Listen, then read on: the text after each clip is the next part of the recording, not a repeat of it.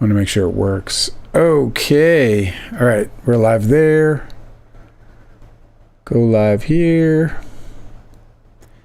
Thank you for your patience. We are live. Ladies and gentlemen, boys and girls, welcome to my place where we hang out with... I don't know what I was going to say after that. All right. Here we go. What's going on? It's another live day. I think my levels are all good. Yeah, I checked my levels. I didn't check your levels, actually. Huh. There you go. Let's see your talk. You want me to talk? Yeah. And this is checking my levels? That's right. Keep talking, please. Okay, if I keep talking and then you're checking my levels, and then that's how we find out if they're good levels. Just keep talking, please. But it seems a little loud. You can say hi to some people. Hi, everybody. We're checking my levels. Your levels are good. Okay, thank you. What's going on? Alyssa's here and Erica's here and Guilty Angel is here. I think our sound our issues have finally been fixed. Are we going over the deposition today? No. My depositions? Whose deposition? What you talking about? Willis? What depositions? Did Alyssa ask that? She wants. Oh, I gotta get us both in here. Dive. Let me get Angela in here. Transition Angela in. Oh, hi, Angela. You're there. Howdy. Oh, look at you. We're not going to go over Leo's deposition today, no, but we didn't start a video yesterday. I just teased it because I'm that kind of guy. And we were talking about Blake Lively's deposition, and then I was fiddling around and I found my depositions. Oh, okay. I have a question for you about. We are going to do the depositions, though. Yes. I have a question for you about depositions. Okay. Okay, so all the Baldoni fans. Yes. They're all making a big deal of how Blake Lively wants to review footage before her deposition. Okay. Which seems totally normal to me. You shouldn't talk so low so that they can't hear you on YouTube. I mean, on TikTok. Your levels are fine. Don't worry about it. If you want me to turn down your headphone a little bit, I can do that. Go ahead. Alyssa said, for once, I didn't ask that. Because Alyssa's usually asking about your depositions. That's so funny. Okay, my question. Yeah. Okay.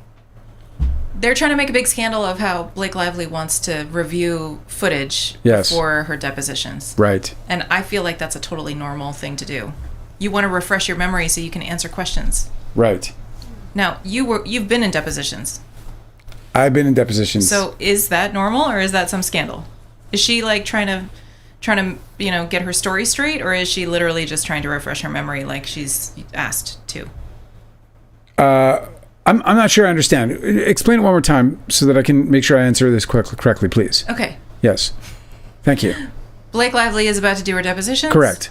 The Baldoni fans, their content creators, are making a big to-do about how she has said that she wants discovery to happen before her deposition so that she can review footage before she testifies about her experience. To refresh your memory and okay. I think it's totally normal for somebody to want to review all of the facts so that they can answer questions without umming and erring and trying to like recall things, so they actually know what they know and they can answer questions well. Yeah. But of course these people are making a big scandal out of it, like she's trying to change her story or something. But you are a person who's been through depositions. So I want to ask you whether that's a normal thing to do or whether she's like crossing some line, or is it a scandal or is it not a scandal?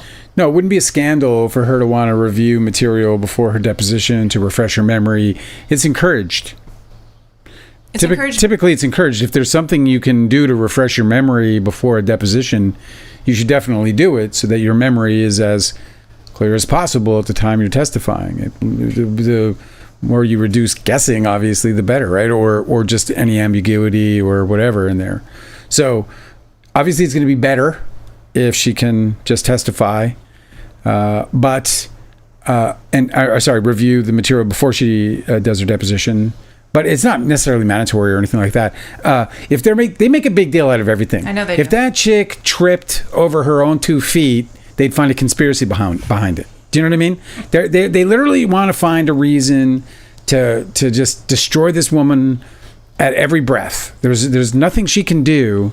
You know, when they talk about the plantation and her and Ryan Reynolds' response to the mistake, which they think is a mistake they can never truly live down. Okay, but I want to keep. My point is, it's never enough. Do you know what I mean? Yeah. I know that, like, so when I was looking at your depositions, Yes. right, that you, in the case where you were countersued by Leo and Toby. Yes. Okay. Yes. There's like so many times where in the depositions the lawyers will like slide a piece of paper across the table and be like, would you review that? This is exhibit whatever, and I want you to refresh your recollection after you read that. Take a minute. Right. So it seems like it would be so much better for everybody involved if the witness is like, oh, this paper, yes, I know exactly what this is. I read this before the depositions. I'm ready to answer questions about it.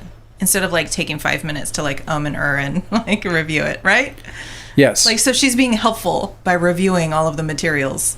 Of course. Okay.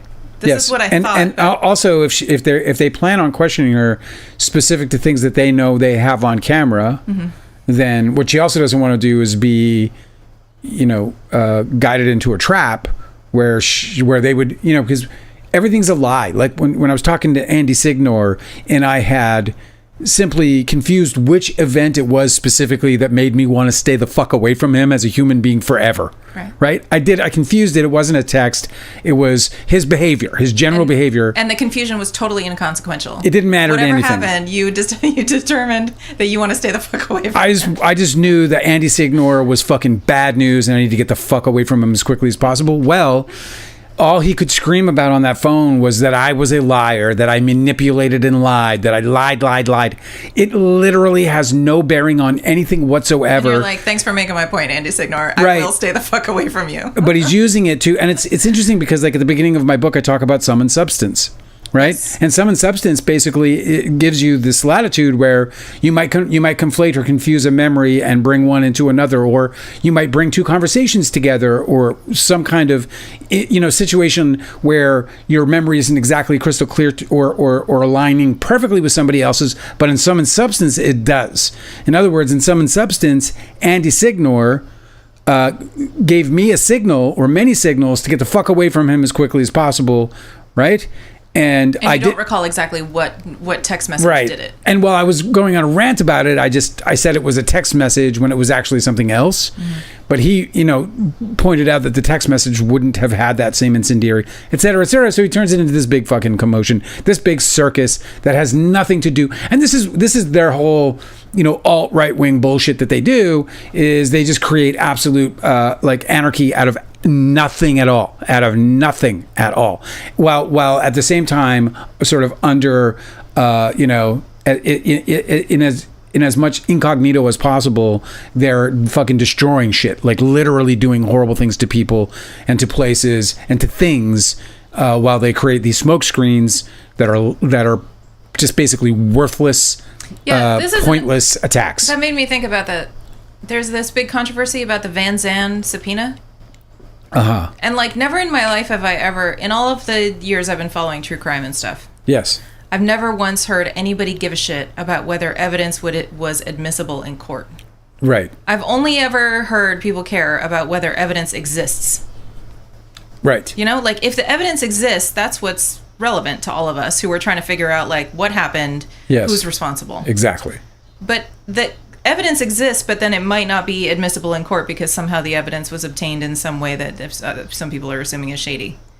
I feel like that's never mattered to anybody ever. Like that's the court's problem, but like that the evidence itself is like undisputed on either side. Neither side is saying that the evidence that we've all looked at that from Jennifer Abel's phone is fake. They're only complaining about how it was obtained. Yeah. And I'm like, since when has anybody given a shit about how evidence comes to light? That the evidence comes to light and it exists is something that's what's relevant. Exactly. It just makes me nuts. Like, I'm like, wow, you guys are so easily distracted. Like, you care about whether something is admissible in court because of how it was obtained? That's so weird. By the way, Rainbow Pickle has joined us on YouTube. Cosmic Urgency is saying that, can we stop with the right wing thing? He said, this is not exclusively a right wing behavior. And I didn't say it was. I also used the words alt right wing because I'm not really talking about the right wing. I'm talking about, and while nothing's exclusive to anybody, and really, I mean, but they're using it more than anybody out there. No, I get it. I'm with Cosmic Urgency on this just because it seems like a distraction from the point.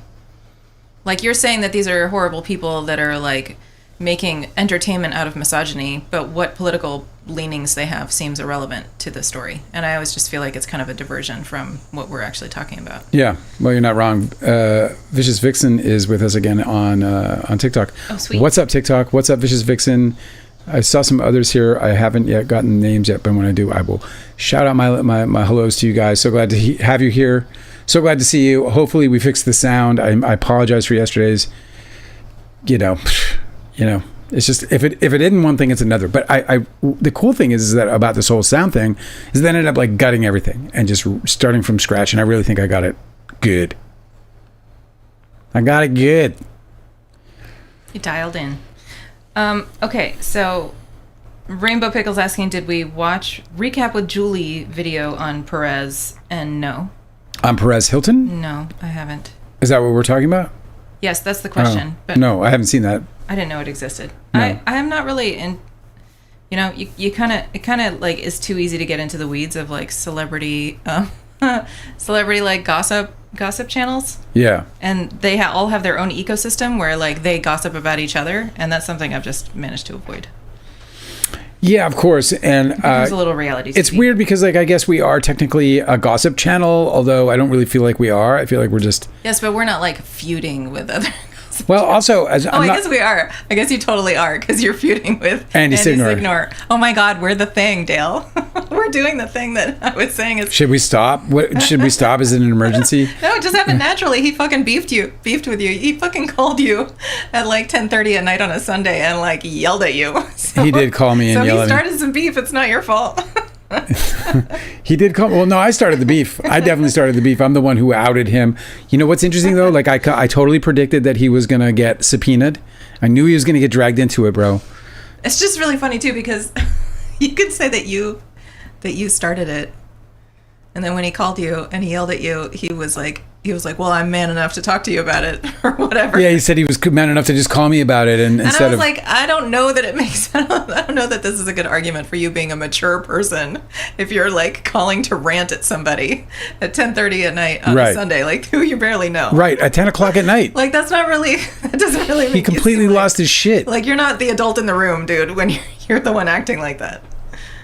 Exactly. It's just weird. Well, and he's not. He's just he's a petulant fool, is what he is. I can't. He grosses me out in the worst way. I don't think I've ever done that before. No, thank God. Been like, you know what? I'm going to settle this like a man, and then just like call and. You know what? I'm going to settle like a man. He wouldn't even like. He wouldn't even call and yell at them. He wouldn't even let me talk for half the time, and then I finally got my words in eventually, but it took forever. Well, I was just Andy. No, Andy. No, Andy. It's like half the call is just We're that. in a two-party consent state, so I recorded Dale's side of it, and I couldn't hear anything Andy was saying. And yeah, it was just like a lot of silence on your side while you're just listening to him like yelling at you. 1-2 Gossip says that they trust Andy and without a crystal ball over me. Okay. Well, you shouldn't trust me. You don't know me. I don't know you. I don't trust you either. Don't trust me. Absolutely don't trust me. If you hang out long enough, you'll learn whether or not you can trust me or not. But I can assure you that Andy Signor is absolute fucking trash. And this is only, of course, my opinion and for entertainment purposes only. Yeah, you're allowed to have a personal opinion about somebody who like calls you on the phone and yells at you like a fucking. Yeah, and the guy's like cavorting with the likes of Candace Owens, you know. So enough said about that. Like the guy's absolute. If you're gonna get into bed with those kinds of people, the kinds of people who deliberately bring pain, divisiveness, and everything they can to really bring about the destruction of this fucking country, then have attitude, but you're worthless to me. You go to the worthless list, And I guess that's not the kind and loving way to deal with things. I suppose I'm supposed to embrace them and be like Buddha-like or whatever.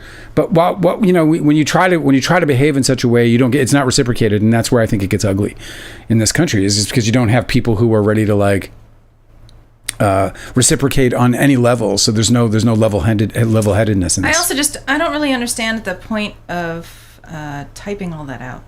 I trust Andy and without a crystal ball over you. Okay, good for you. Why are you typing that? Like, why are you spending any energy like telling us about it? She said that 1-2 Gossip says Blake is mean-spirited and a liar. Like, bro, you could just use your energy doing something you like. I promise you that you don't know anything about Blake Lively. I mean, just don't bother. No, I like to have. But this is an interactive program. Okay, I know, but we have a whole comment thread. Yeah, let's get into There's it. a whole chat of people who like I do enjoy their opinion. Great, let's And hear there it. are, You like, first of all, you brought her up. You nice- brought her up. Who? You brought up her gossip, whatever. So, No, I didn't. but I didn't read this comment.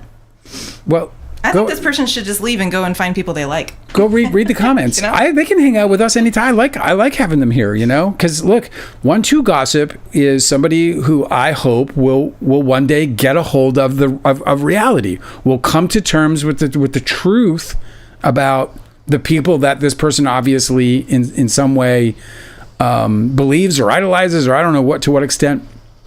You know, there's an involvement there, but you know, a lot of people who hang out with us long enough begin to recognize the truth about all this stuff. Kelly Dinard is here, and Vicious is here. My magic 8-ball said, "I can trust you." Oh, thank you, Vicious. This is a good question. Alyssa's I trust asking, you too. Yeah. Are you with me? Yes. Okay. Alyssa's asking, what I don't get is why Andy specifically called Dale. I'm sure there are so many other people who criticize him. Yeah. Like, why did he spend time with you? Well, because he liked me. He liked me, and he considered me a friend. You know, I'd done a handful of interviews. This is like, it's like you live rent free in his mind. Well, I did in that moment for sure. Everybody lives rent free in that mind. It doesn't really have the capacity to stay focused on anything, in my opinion, and for entertainment purposes only. I think he's like going to be all litigious now. Well, here's the thing: is like I can't imagine being so hot about something that I would like spend my Sunday evening Screaming at me about it. He was on the phone with you for 45 minutes. I literally had no views. I had like 700 views. Who gives a He shit? was like losing his shit. And I was like, Randy, nobody even saw it. Like, honestly, if you think about, like, just for 2 seconds, like, do I call Dale and give him a piece of my mind? Or do I, like, watch a show with my family and have some pizza or something? Or, like, anything. Like, anything is more favorable than the choice he made. Exactly. And I just don't understand, like, this comment, this dude who's, like, ranting at you in the comments. It's like, bro, you have choices in this lifetime. You only have a certain amount of time to experience this wonderful existence we all call life. Like, please don't waste it doing stuff that you don't enjoy. You know what I mean? Yeah. Like, if you're trying to, like, you know, like, waste your energy, like, antagonizing strangers online, like, just go do something nice instead, you know? Look, I think that, like, it's interesting because I want to invite them in, frankly, like all of these people, because I think we can change their minds. And I know that I'm wrong about that almost all of the time. It doesn't matter. And it kind of kills the vibe. Did you ever hear that story about I think it's fun. Did you ever hear the story about the Nazi bar?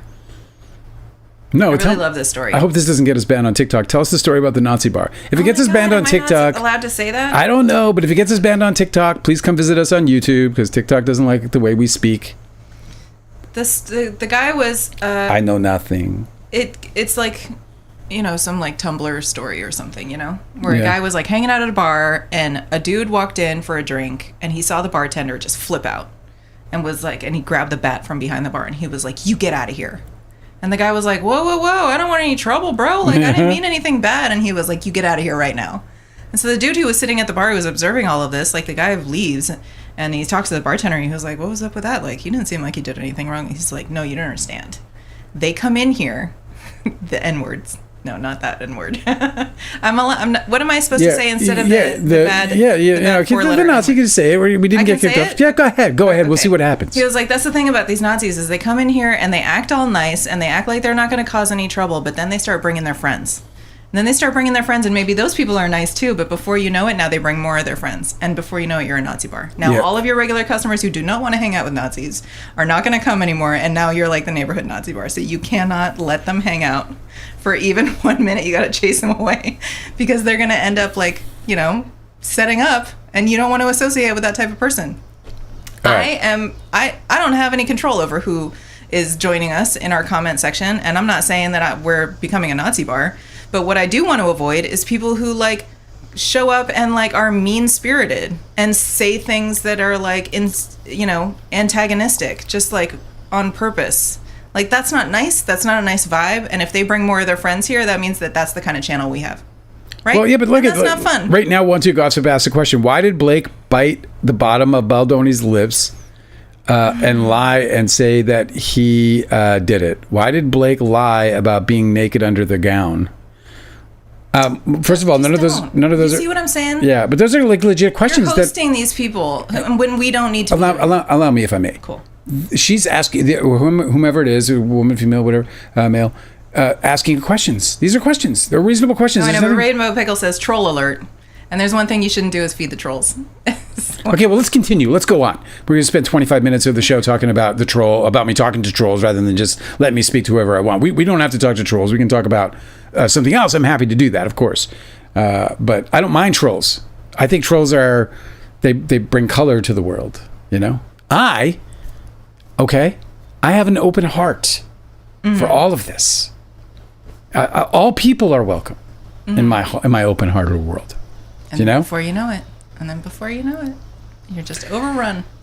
Blake Lively, they got some more wins, did they not? Didn't they get more wins? Are they still racking up wins? I think they're racking up wins, are they not? Yes. Didn't they just get there was a big win today. A big win. Mm-hmm. They got and this is like they just keep racking them up. Like, honestly, this thing is such a one-sided like match. It's getting ridiculous. It's like they have all their chess pieces and all they have on the other side are pawns. It's almost embarrassing. But what were the wins today? Let's talk about the wins today. Well, there was a lot of rulings today. There was one big win in which JW from Texas. Yes. Okay. Who's, I guess, is supposed to remain unnamed because he sends trolls and stuff. If you okay, whatever. So they got the Texas guy who may or may not fetch his dogs on us. Right. If we talk about him. So he was trying to get the judge to decide that Blake Lively cannot have access to to all of his clients. So basically, Blake Lively filed a motion to say in discovery, saying that she wanted to see all of the clients. She wants to know who else he's working for. Right. Who else who else it could possibly be funding smear campaigns against whatever foes. Like, she wants to know whether this is the sort of thing that he does for other people, because then it becomes a lot easier to prove that he is doing it for her. Yeah, if you can see, if she can show that there's a pattern to this, that they have a system for it, that they literally have a package, a product, which is what she's talked about, that they have a product that they package up and that they sell that product to people. And why I'm excited about it, because there's a reasonable opportunity that Free Don's Plum, that the book, and the reason is because I found those trolls, even people coming in and making totally complete outlandish accusations about me and my past in my comments. And I'm talking about like randos with 0 followers, 0 likes, zeros across the board. And then they show up and they make these like really incendiary, really nasty accusations about me, which were just completely trash, had no foundation in reality, just absolute random shit. Right.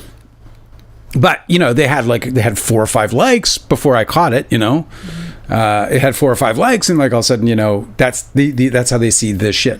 Well, so I get excited about it, but we're not going to find out because, and this was a part of how Blake Lively was able to get this motion granted, was that there is a secrecy around it. So he is going to be able to he's going to have to supply this information. So this is fucking amazing.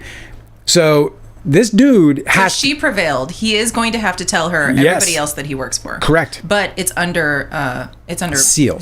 It's privilege. Protective. It's a protective order. Yeah, thank you. Yeah.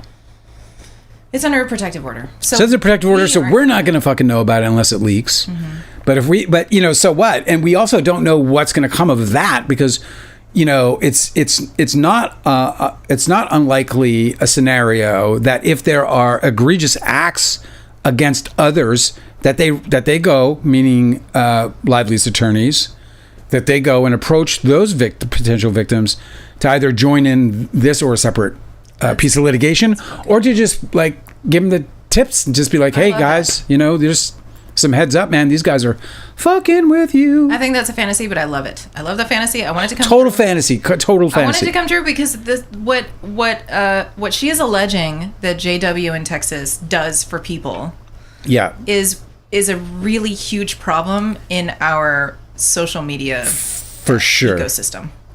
Like, it is responsible for so much unnecessary and farmed like rage bait and hatred and all of this. It's turned entire states against other states. For sure. Yes. So I just feel like stopping these sorts of people is a net positive for everybody.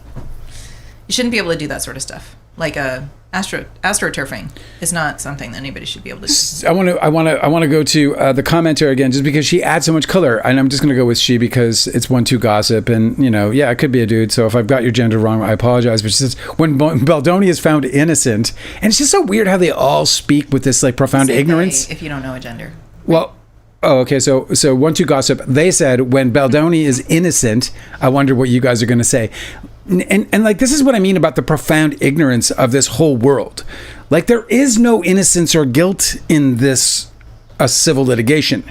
There's either finding for the plaintiff or finding for the defendant. There's either finding liability or not. That's a great point, because innocence and guilt, that's in criminal court. That's in a criminal court. But this is civil court. This is a civil court. This has nothing to do with innocence or guilt. There is no innocence or guilt. That is not a question. There are liars. There are truth sayers, right? There are incidents. There is evidence. There's a court proceeding that will trick the ignorant into thinking that it's got something to do with like the Karen retrial in terms of, but it doesn't. There is no innocent or guilty. And when you say when Justin Baldoni is found innocent, you are expressing profound ignorance for the justice system in America. First of all, you don't know what it is. So you don't even know what's happening.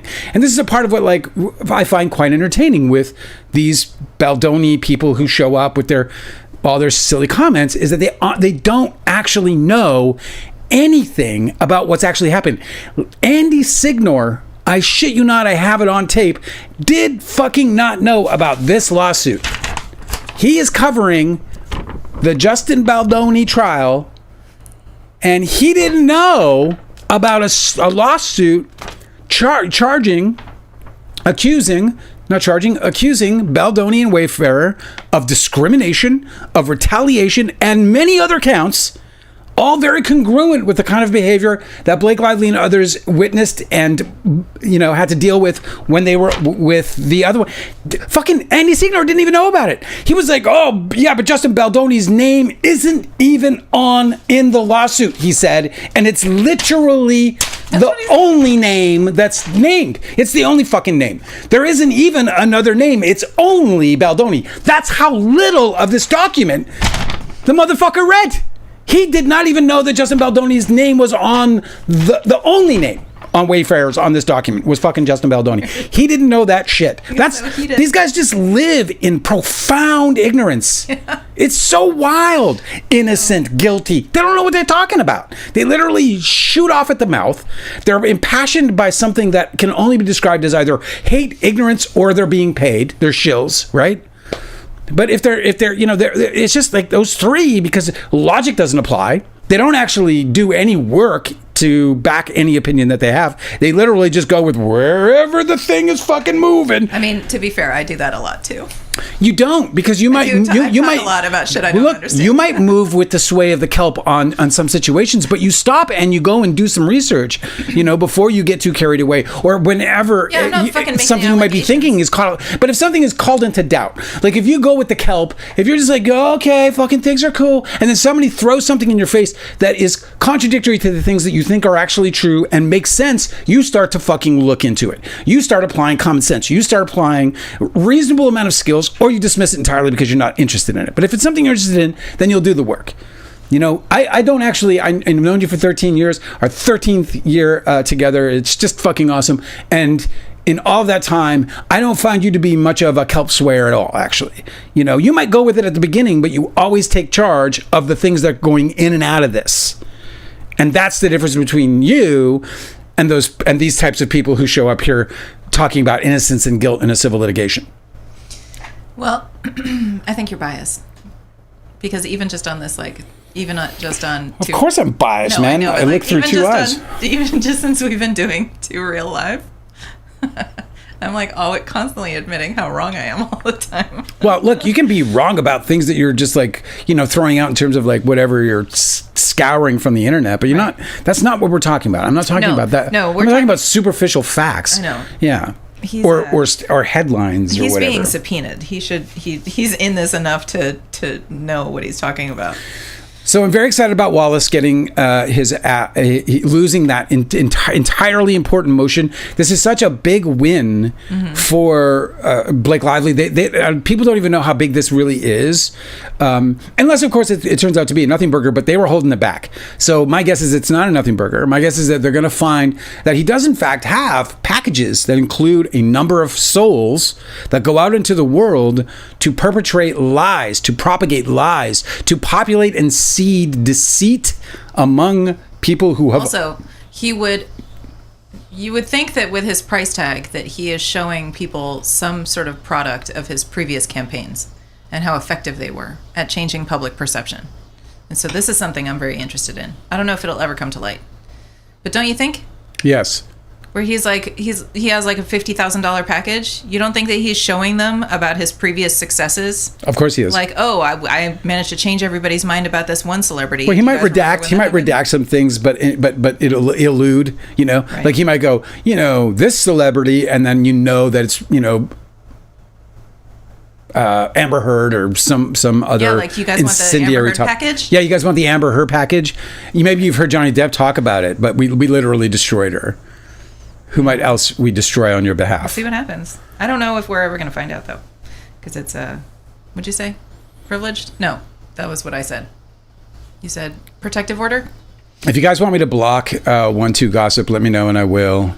But, if you guys are having fun ping-ponging their stupidity, then we can do that too. We have interesting questions. Yeah, let's hear them. I'm all way into it. I'm glad we're going into the comments because we have heard from a few of our friends. Yeah, let's do it. Erica said, I do hate when people come in this comment section just to start stuff. Dr. Susan said, some of us are here often, so see our comments instead. Yes. Guilty Angel said, for once, I have no comment. Dr. Susan said, why give attention to these people who aren't fans and are never here? And that's a really great point. Okay, Cosmic Urgency. Yeah, that's fair. I mean, I thought it was kind of entertaining, but that's the only reason I do it. Cosmic Urgency is wondering, are you guys looking forward to the new Lena Dunham show? I know you're a huge fan of Lena Dunham's writing. Yeah, I didn't know about it on Netflix this month. I didn't know about it. I'll definitely check it out. I actually didn't finish Girls. It's just so weird how people turn on people. Like, I don't know what the problem is with her. I really don't. I know she said some stupid shit. The problem people have with her? Yeah. Or you're saying that she has a problem? Well, I'm saying the problem that people have with her. The first couple of seasons of Girls that I saw was some of the best television going on at its time, in its time. Yeah, and you really like Tiny Furniture too, right? Yeah, and I thought Tiny Furniture was a really smart indie film. Like, it was a really smart indie. It was super slick, really, really good little movie. Like, kind of perfectly directed, really, for the budget. I agree. So she's a Nepo baby, and she gets all that, whatever. But the girl can do the words, bro. Like, she can do the words. Yeah, I really like that show. I didn't finish it either. I guess I definitely will check it out. Don't tell her I said that. I didn't finish Girls because the show started to lose its appeal as it got. I thought HBO were just kind of taking it too far, too long. Like, it started to, like they did that with Sex and the City. I watched that because Angela watched it. I don't remember the Paris moment. The Paris moment we're talking about is, if you've ever seen The Gift, it's Sarah Jessica Parker, and she's on the balcony, I guess, of a really expensive hotel, and she's looking around as if she can't see anything, and then suddenly, coming into view, as if like it just popped out of nowhere, is the fucking Eiffel Tower. And she reacts like, oh, there she acts like she's like, oh, as if it wasn't there. Everybody shares that when she walked out on the balcony. My favorite part of that is that she shades her eyes, but you can see she's not. There's no shade. She just does this. She just does this. But the sun is still right in her eyes. It's straight blazing straight into her face. She blocked nothing. There was no shade whatsoever. I know, and I'm so sure, funny. She's a professional. I'm sure she was like, I mean, okay, director, if that's what you want me to do, I'll do it. He was like, no, you can't shade your eyes. Go like this, so you can. You can't see your eyes if you shade your eyes. So don't actually shade your eyes. It's Wonder Woman binoculars. That's what it really is. It's just Wonder Woman binoculars. Anyway, I just thought, I think. I'm excited that she has a new show. I don't know what it's about. I wonder if Adam Driver is in it. I wonder if he's going to pick... He's in the new one? I don't know. If he's in it, though, he has to pick people up because that's apparently in his rider. There's no way he's in the new one. Anytime Adam Driver ever acts in anything, he has to pick somebody up and throw him over his shoulder. Listen to you. It's a requirement. I don't need that. It's in his rider. Some people are like, yes, I need green M&Ms, and he's like, must lift female co-star. No, that's probably in like Over one of my the shoulder. actors, one of the other actors' writer. If Adam Driver is on, he must pick me Yes, up. he must hoist me. He must hoist me in a hurry. Yeah. Who could blame them? Really? I've never wanted to be picked up by a man. That's entirely never my experience. You've never wanted to be picked up? By a man. No, maybe it was when I was a child. Maybe there was a moment when I didn't want to pick up when I wanted to get picked up by my dad, but I have no memory of it. We're gonna make this happen for you. I mean, I'm 6 foot. What do I got to do? We're gonna find a super Gotta get strong, me a tall Shaq. dude I need a Shaquille O'Neal. to just pick you up. It's like my make a and wish. hoist you over his shoulder. My make a wish is just to be picked up and hoisted over some big man's shoulder. I don't know if people can tell, but I'm also like really tall. I'm a big girl, and like it's not something that I've ever experienced either. So maybe we'll have this for ourselves. Like we'll just order. I don't know where you can find this. We'll like order on Thumbtack or something. And we'll just find somebody who's like really big and strong and be like, no, we didn't hire you to move boxes. We hired you to pick us up. Should First I, him, then me. Should I block 1-2 gossip? Yeah, sure. Okay. I don't think that there's any. I don't know how to do it. It just says remove. Oh, I don't think that's it. Or he could just see himself out. They can see themselves out. Yeah, I wouldn't mind if 1-2 gossip moved on. You know what I mean? Like, yeah, we don't. There's so many channels that want to talk to you about hating Blake. Like, you should really just go join your people. Yeah. And like go find who wants to accept you with open arms. Anyway, so what's next? Who you got more comments? I don't know how to block them. It just says remove. So I don't know. Oh yeah, Erica said especially when they start fighting with the regulars. That's fucked up, man. Yeah, I don't like that. That's got to go. The shit. Well, thank you for making you guys your feelings known, because I definitely want to know what to do, because I don't know, what you guys like. Put user in in timeout. Can I do that? I'll do that. 24 hours. Okay, you're getting timed out for 24 hours. Get your shit together. Goodbye. That's great. All right, they're gone. Yay! I can do 24-hour timeouts, and I can scold them when they do it. I love it. Because it literally does it call it a timeout? It says timeout, and then it gives you like a list of how long. I give her the longest. 24 hours is the max? Yeah. Well, that's not very long. Well, they can't be back tonight. You could like stew on it for a day. You got to give them a week, and then they'll be like, "Oh, I've moved on." All right, sorry guys. I want to talk to all you guys. You know that. I try my best to get to your comments because this is so great. I live for your comments. Guilty Angel says you come to our chat and want to play. Let's play. Yeah, well that's what I was thinking. You guys are just going to take care of business. You know what I'm saying? I've seen you guys like do it before, so I thought you might do it again. But hey, you don't have to fight my battles. Crazy GMA, thank you for your likes. Thank you for your kindness. Rainbow Pickle said, "Nah, man, just chilling with my rainbow pickle. Want one? Anyone else want a?"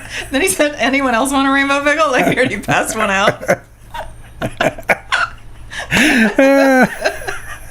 That's fantastic. Anyone else want a rainbow pickle? I got more. That's comedy, bro. I love it. You had other items on your agenda. Oh, I do, of course. I didn't finish talking about the rulings today. Yes, the rulings. It is kind of boring, I guess. It's not. Talk about the rulings. First of all, that one with Wallace is giant. Like I said, I really don't know if people understand the potential impact. That is a huge loss for him. Huge. A huge gain for her. Huge. She gets a lot of information that they have been trying to keep from her, and so it could turn out that there's a lot in there. It could turn out that there's nothing, but it's still a big win. Also, I think. Let me just. It does show that the judge is allowing them to find out what the fuck. You know what I mean? And particular to their claims, obviously. Yes, Guilty Angel. We gave 1-2 Gossip a 24-hour timeout. I'll get to those sooner. By the way, I'll gladly hit the. Okay, here's another thing. Timeout button. Yes, more. There was a motion to quash. Yes. For production from Baldoni's law firm. Okay. They were trying to compel discovery about communications between the law firm and content creators. Oh. And so this one, the only decision that happened today about this was that they were trying to have this sorted. They were trying to have this a judge to rule on this in California, and it got bounced to Judge Lyman's court. So there's no decision yet, right? But it's now in Judge Lyman's court, and he has not been friendly to Brian Friedman so far. So what's the question again? What's the motion? The question is they're trying to decide. They wanted to have a California court decide. There's a motion to quash. What Lively said is trying to compel production of communications between Baldoni's law firm and content creators. Right. And so there's no decision on this yet, but they were trying to get that ruled. The motion to quash ruled in California, and that's going to get bounced to Judge Lyman's. And Judge Lyman has already, seemingly been annoyed. Yeah. With Brian Friedman's antics. So it could be that it ends up that's good or not. We don't know. Well, I mean, again, it looks really positive. Like that's just a positive outlook for sure, I think. And then the last thing involves this Van Zandt motion to compel. Oh, Delicate just popped in. What's up, Delicate? Sweet. What were we saying? The last ruling today was a motion to compel from Van Zandt. Can you speak up a little bit? Okay, yeah.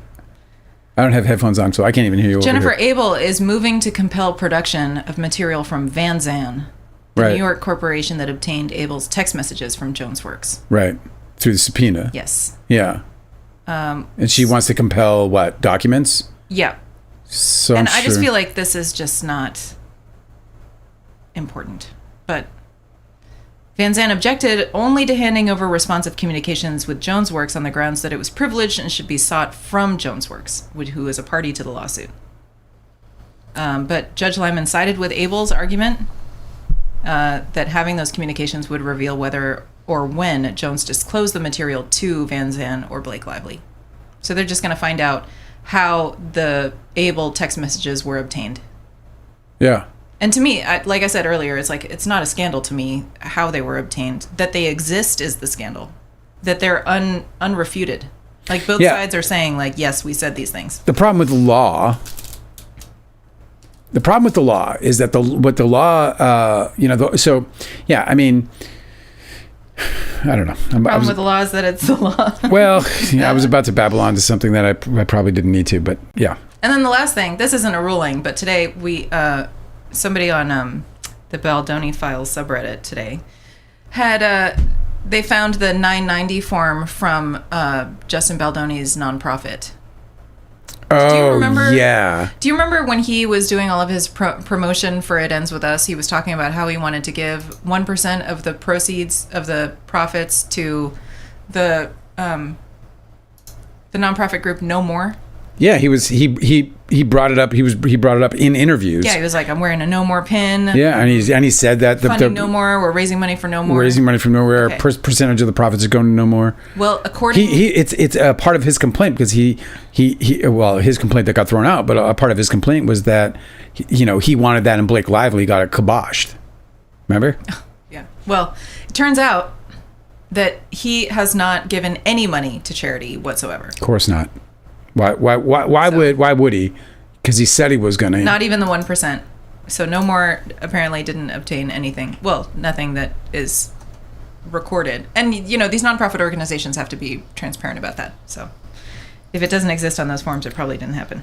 No, it didn't happen. It definitely didn't happen. It's just more lies. Oops. What you doing? I am getting my some of my notes for today. So, oh yeah, thank you for hitting the likes. I haven't even looked at likes. I forget to do likes. We're getting killer likes. Crazy GMA's been just loading us up, and before her, Vixus Vision was banging on that likes, and so we're getting the love. Superman is coming out. A couple of interesting things. Out of the closet. I knew it. James Gunn is the director of this new Superman movie, and. I've heard this before, of course, when it comes to Superman. This is not new. But he's out there openly talking about it, and I love it. James Gunn says that Superman is about an immigrant that came from other places. And, the story, the root, the themes behind it are how we've lost the value of basic human kindness. and yes, that the movie is about politics. And so I really like that. Wasn't it always? Well, so I just love that, but it's important now. Like, it's, before we're going to movies under the guise, right? We get, they'll have these things, they fall under the costume, but that it's out there in the open, and people are talking about it. That this director is talking about it in that way, I just think is really positive and really great. And to add to it, Superman's first reactions, they say the film is fucking brilliant. They're calling it a thrilling start to James Gunn's DC universe. That Cornsweet, David Cornsweet. I'm sorry. That's the guy playing Superman. I don't know if I got his name right. He is he's exceptional. I'm sorry, that's such an unfortunate name. Yeah, Cornsweet. It's like such, junior high. It's Corenswet. Cornsweet. David Cornsweet is exceptional, sharing off the charts chemistry with Rachel Brosnahan? Oh, sweet. Brosnan. I know who that is. Do you? Yeah, she's good. Well, so apparently the movie's fucking going to be great, which is really kind of exciting because Superman for me is one of the OGs it is the OG superhero movie, right? It's the first one. Can I ask you a question? There were others, but the real first superhero movie that broke boundaries was Christopher Reeve's, Dick Donner's fucking Superman, the first one. Can I ask you a question? You can. Okay.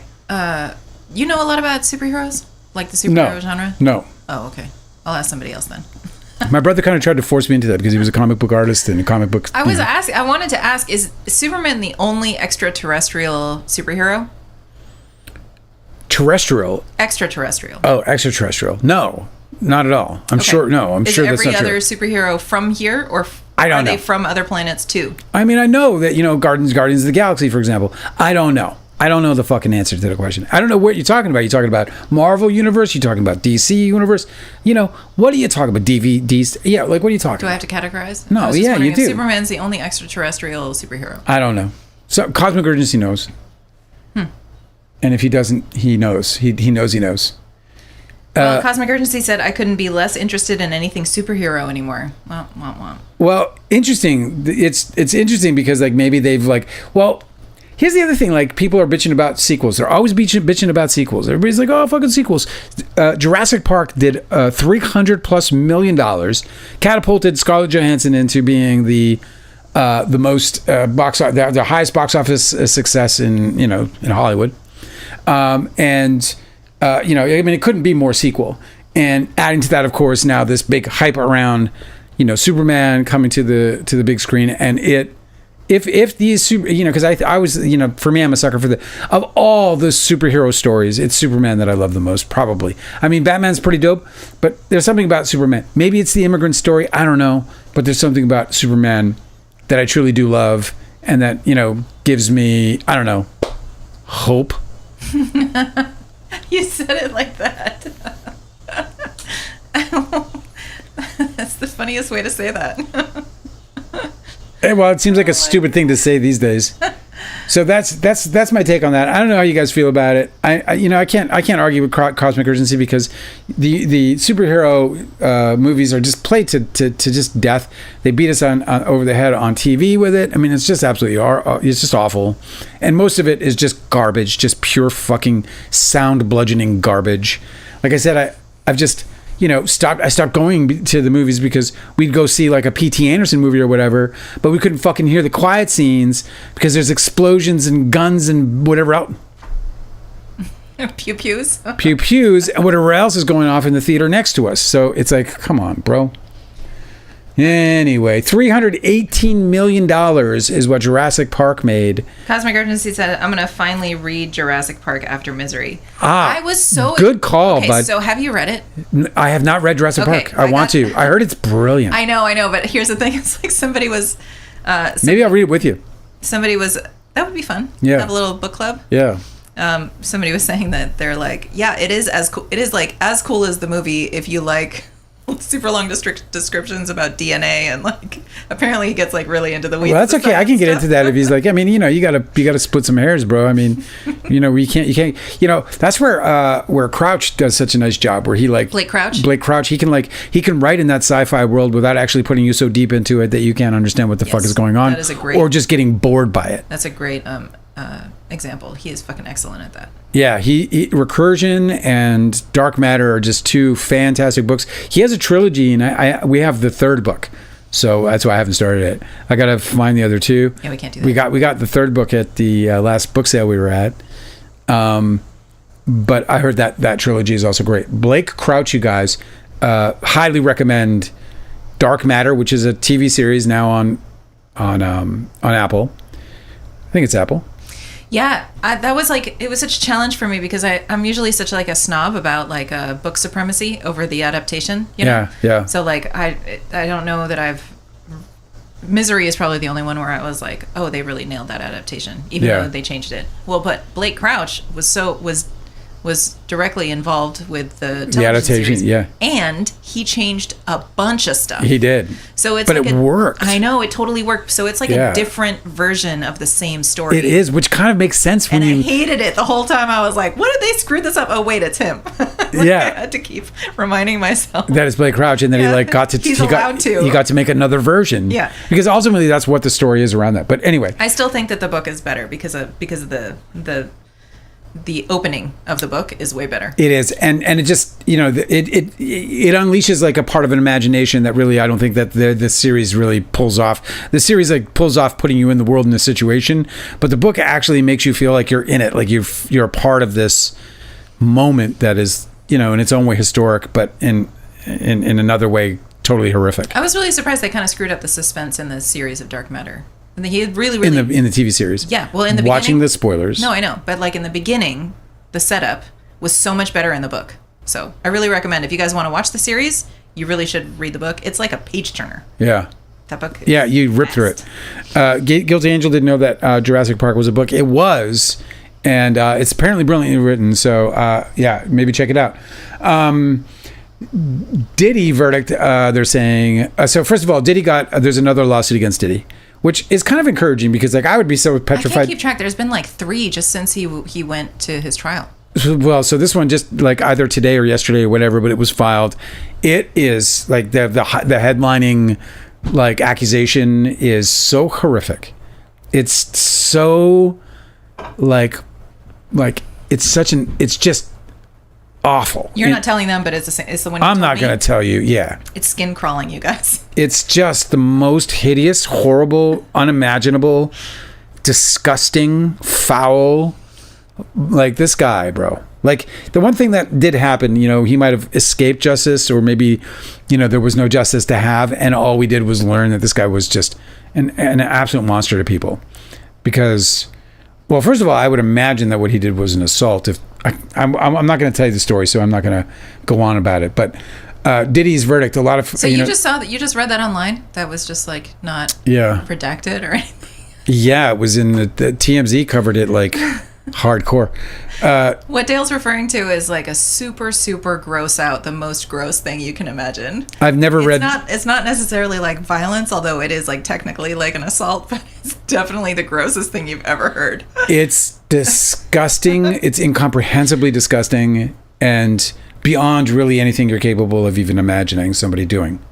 It doesn't make sense because it has it's just like it describes a person who has no control of any part of their emotional self whatsoever, that they can experience almost hatred and anger at the same time as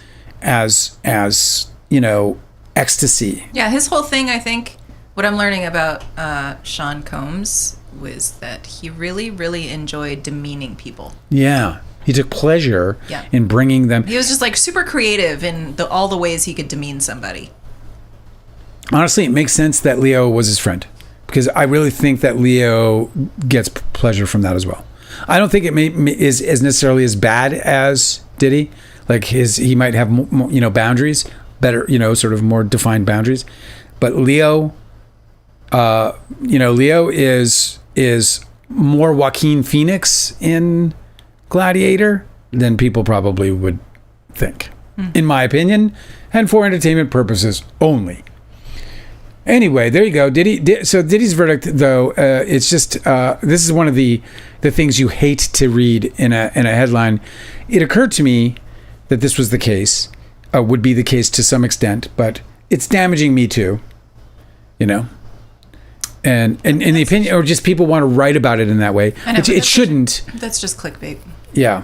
Yeah, it gets the clicks, right? And that's the point I'm trying to make about it, really. I don't know what that means. Like, what do you mean? Like, this is damaging Me Too? Like, Me Too is not a building. Like, what are you talking? It's like not... Well, the movement is clearly what they mean. But I understand what you're saying, but what is that? What does that mean literally? So what it mean? Damaging Me Too. There's laws. Let me tell you what it means literally. That might result in Justin Baldoni having to pay treble damages, and that is an outcome that is not being damaged by. So that might do some reinforcing. But to answer your question, it's that it shakes the public's trust. So, you and I have, and we believe this to be a really valuable thing, is to believe accusers. We believe that. Like, we think you should believe accusers when they come forward. That doesn't mean you believe them blindly and continue to believe them as evidence pours in that might change no, it just means facts. You investigate what their claims but are. It means you believe it enough that it should be something that you take seriously. Right. That every claim should be taken seriously and believed until it's proven otherwise. To the extent that there's clearly a claim here. So that's the damage that I think people are talking about, is that the idea is that it and this is an unfortunate circumstance or an unfortunate consequence of something. It's just something I've seen in this country more often than not, which is where, if then. Well, if they were trying to get Diddy, they're trying to get Kobe. If they were trying to get Kobe, they're and it's just like this, this fucking garbage. Okay, but that can't be helped. If people want to be stupid and just make biased assumptions about other cases that are completely, unconnected, I just don't feel like there's anything that can be done about that. Here's the thing. It bums me out. I just don't. That's why I brought it up. I'm like, just to share with you what bums me out. Okay, but you're letting it bum you out when it's incoherent.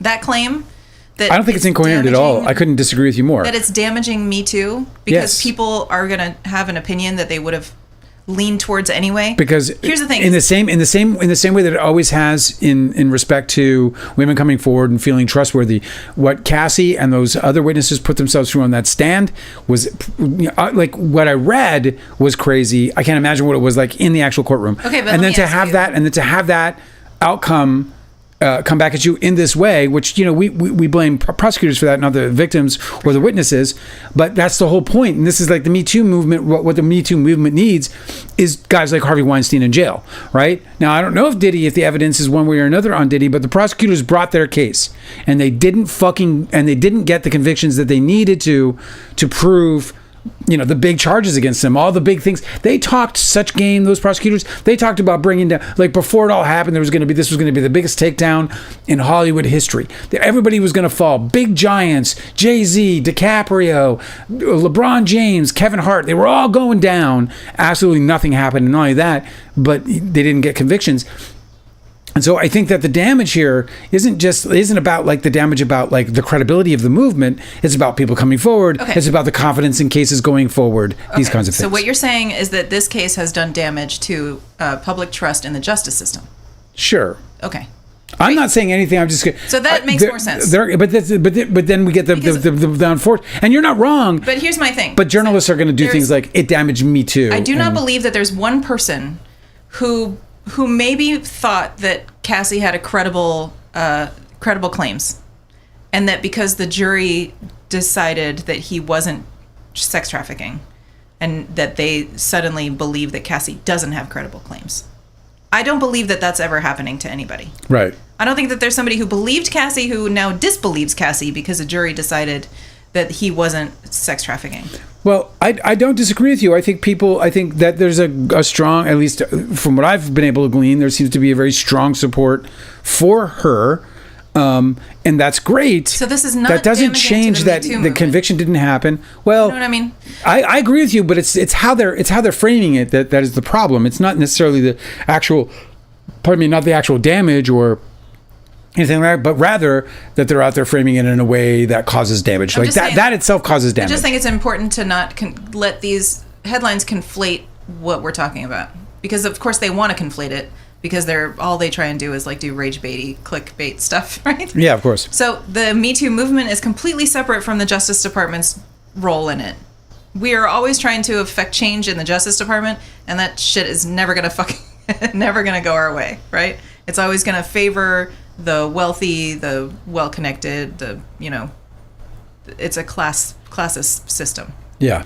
But the Me Too movement is completely separate. And I think that I agree. I think that what it does is it actually supports the Me Too movement, where we're like, oh, well, obviously victims of these kinds of crimes deserve more support because they might not ever get it from the justice system. You know what I mean? Yes. I don't think it's damaged the Me Too movement at all. I feel like... Well, I think you're right. Like those headlines are just really scaremongery, and it makes people feel dismal and distressed because they do want a better world, and I just feel like it's just fake. It's completely made up just to incite those feelings.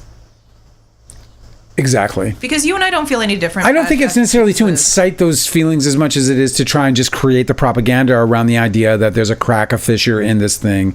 And so, and that was really the point that I was trying to make, is that they're taking this trial and they're taking this outcome and they're trying to use that as this fuel to burn something down that doesn't deserve to even have a match put to it. There's always been this media arm of the oppressive force that has existed, and that's why the Me Too movement even existed in the first, started in the first place. Sure. There's always been the media can't necessarily be trusted to report on these things accurately. That's like a whole section of it, and so like I shouldn't trust it now. Vanity. Hang on. You gotta fix your mug. We have to pause for vanity. All right.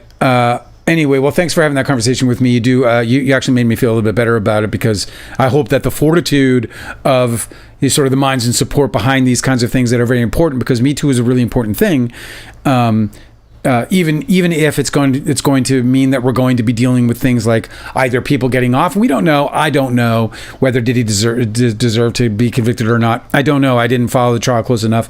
It was a closed door, and they held the evidence back as best they could. I also didn't read like incessantly. Frankly, the testimony was just so disturbing to me. I just didn't feel like I needed to subject myself to it if it's not going to be a televised trial.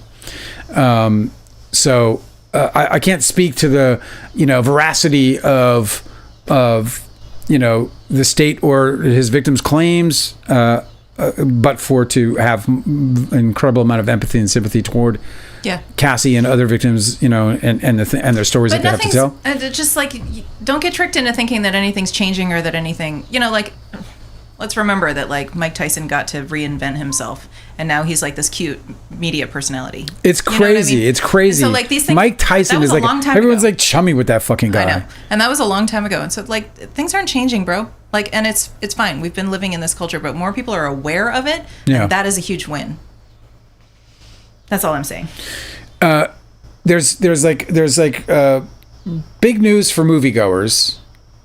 Tuesdays and Wednesdays are 50% off at AMC theaters now.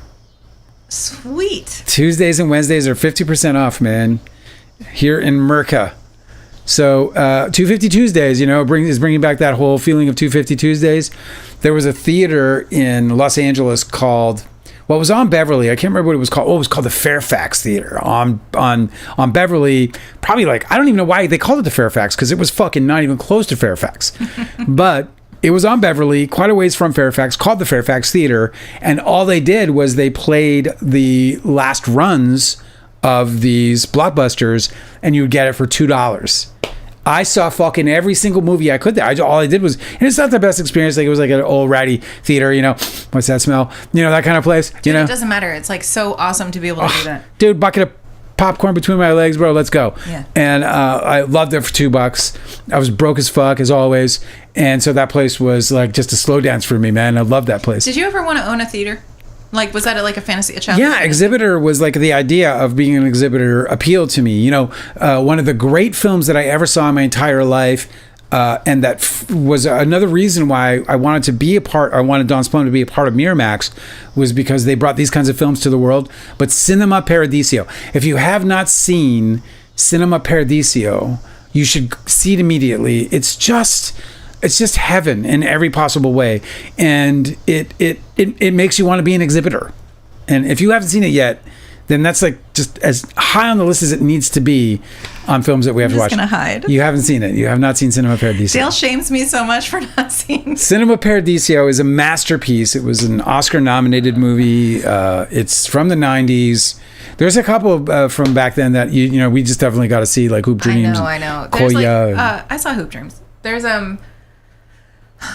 I saw like every movie for like a decade and a half, and then I just don't have much. But not the ones before. Yeah. I just did well because nobody was showing them to me before when I was like, you know, when I was the age, I was the perfect age for enjoying your movie when it would have come out. If you guys had released it in 1997, I would have been obsessed with it because I was a teenager and it was a perfect time. And that was when I was like really consuming a ton of movies. I worked in a video store. I was just like constantly nom. And then, you know, I dropped off after that. And then before that, I didn't have the opportunity. And so I have big gaps. So AMC. And every time I have to admit that I have these big gaps, Dale shames me for it. AMC is giving pushback already in our comments, so you know this thing's gonna flop. Just you have to be a member, and it's only 50% off the. What? How much is the membership? The non-matinee ticket. It's only 50% off non-matinee tickets, which is like the regular price of a non-AMC at a non-AMC. So it's dumb. AMC is dumb, expensive. Cinemark is $6 every Tuesday for all. Ladies and gentlemen, Cinemark is the best theater to go see a movie on Tuesday for $6. Are you kidding me? That's fucking awesome. This episode brought to you by Cinemark. This episode is brought to you by Cinemark and its spokesperson, Cosmic Urgency. Fuck AMC. Fuck their half-price fraud. It's the same thing like Prime Day. Oh yeah, where they raise the prices and then Dude, I'm like, look at this. Just... One year for Prime Day, I put like 30 things in my cart, and in about 2 weeks leading up to it, all I got were price changes. Mm-hmm. And they were all like 10%, 5%, 7%, whatever, jacks. And then they were dropping the price by 15% or whatever, so their actual discount was like 9%. That's how they get you. Yeah, fuckers. Nobody tells a lie. Nobody tells the truth anymore. I don't know if we covered this. Let's just cover it again. Squid Game creator says Leonardo DiCaprio would be his pick to play the lead in the upcoming U.S. spin-off by the great David Fincher. So I didn't know David Fincher was doing this. Did you? They're making an American Squid Games. That was inevitable. I knew that would happen. But it's David Fincher who's got it, which makes perfect sense. What a perfect match. I wonder how it's going to work because he won't shot for shot this one either. Okay, but listen, like, how many kids games does everybody know in America? Like it worked in this. It'll adapt fine. I would have a heyday with it for sure, 100%. I don't know a lot of kids games. Do you?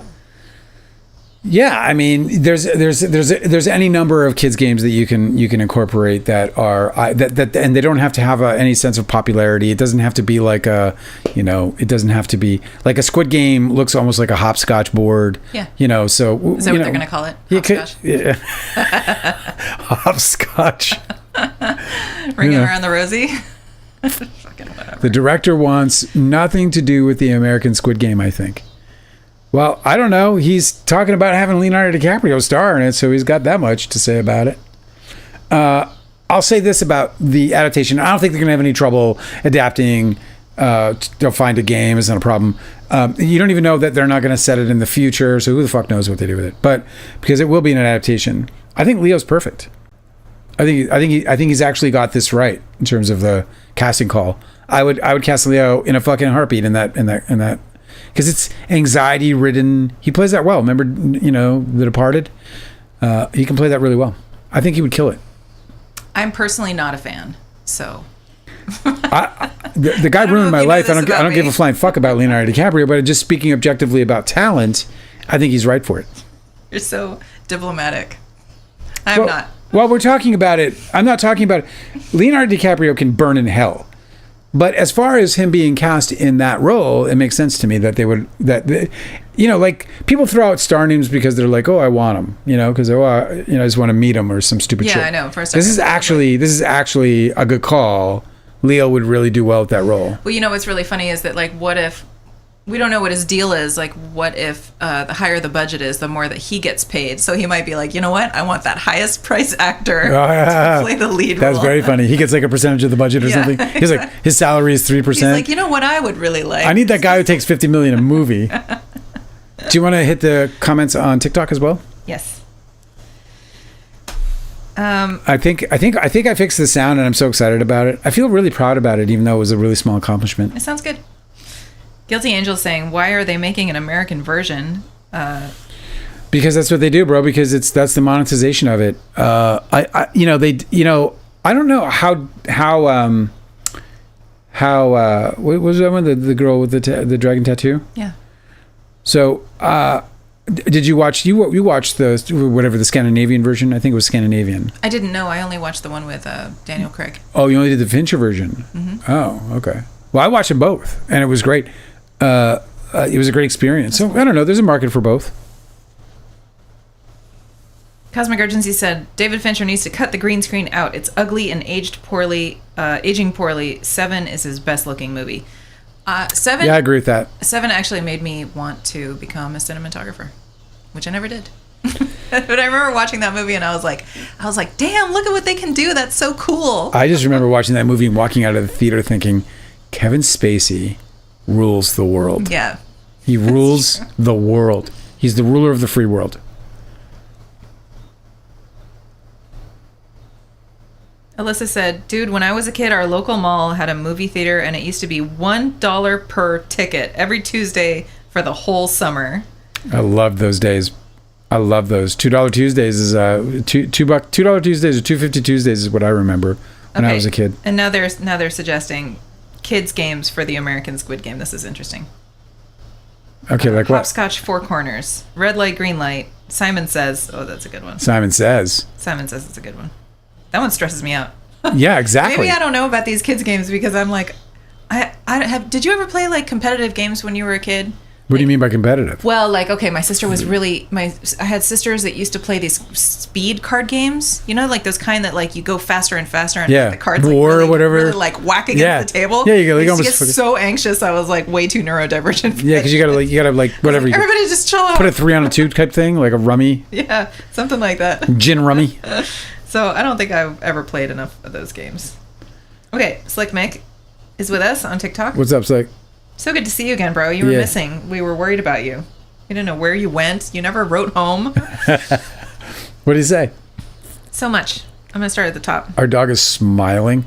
Our dog's laying here with the so biggest, giantest smile. She's like, I love when you guys are just sitting here talking shit about Hollywood. James Gunn couldn't just let the movie be the fantasy flick it is.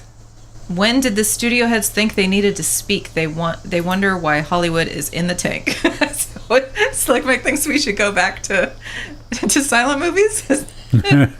No, that was where it all went wrong. No. He's definitely talking about.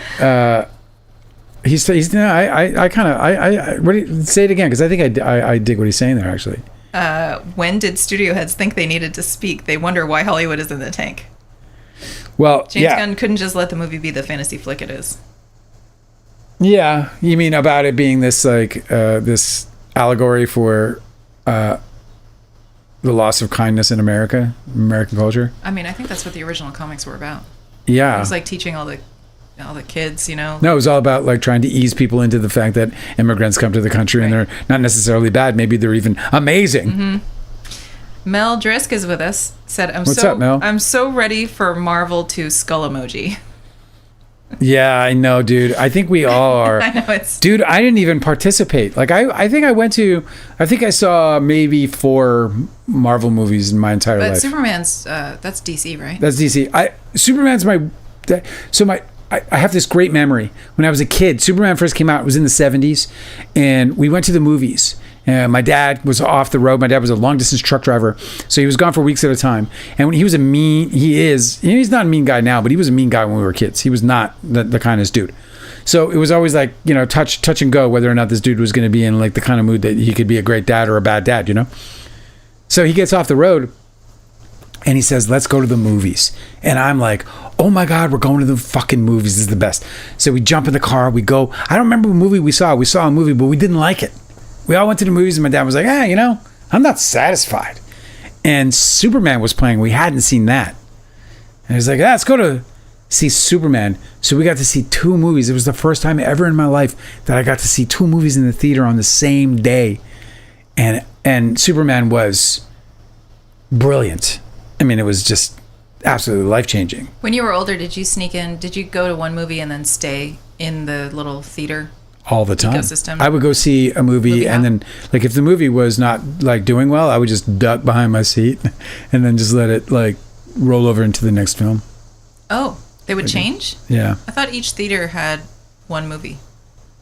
No, yeah, one movie. Exactly. I would just rewatch the same movie. Oh. If I loved the movie, I would just duck down and then chill out and watch the movie again. Commitment. I saw many movies twice that way, just because I knew the theater was empty, and I was like, I'm going to watch that again. I loved it. I was a teenager in Burbank, California, so it was like there was like so many of those like huge multiplexes where they play like so many goddamn Yeah, you could just dodge into theaters. I was doing that all fucking time. Yeah, that was really fun. So you look at the schedule and you like coordinate which, you're like, okay, this one is like you Natural Born Killers at 8. We're like, okay, well, when the next showing starts, that's when this one starts, and so that we could just go right over to that theater. Natural Born Killers at 8. Perfect. Yes, like Meg said, I watch movies I like multiple times, like 7. I like 7 and watched it once. I saw 7 twice in the theater, and it wasn't as good the second time. That first time, though, it was like Okay, we have a book recommendation. Slick Mike said, I read Jurassic Park and saw the movie and never watched it again or any sequels. The Crichton book worth reading is State of Fear. Oh. Have you heard of that one? Yeah. Do you know what it's about? So I subscribe to our Suggest Me a Book, and Crichton shows up constantly as like... It's super fun. People just sleeping on him. They're like, you guys think it's a movie, and it's just such a better book. Oh, man. But thank you for that. I'm going to pick that book up. Slick Mike said, I like Misery, but didn't read the book. You have to read the book. The book, Slick, so good. The book is just... And the best part about it is the book is a completely different experience than the movie, and yet they're both exactly the same in terms of what they end up delivering in terms of tonality and... Yeah, because he's a captive, and you get to actually be in his head in the book. Right, in the book, you're deeply involved in the psychology, and then in the movie, you're deeply absorbed in the fear and the suspense.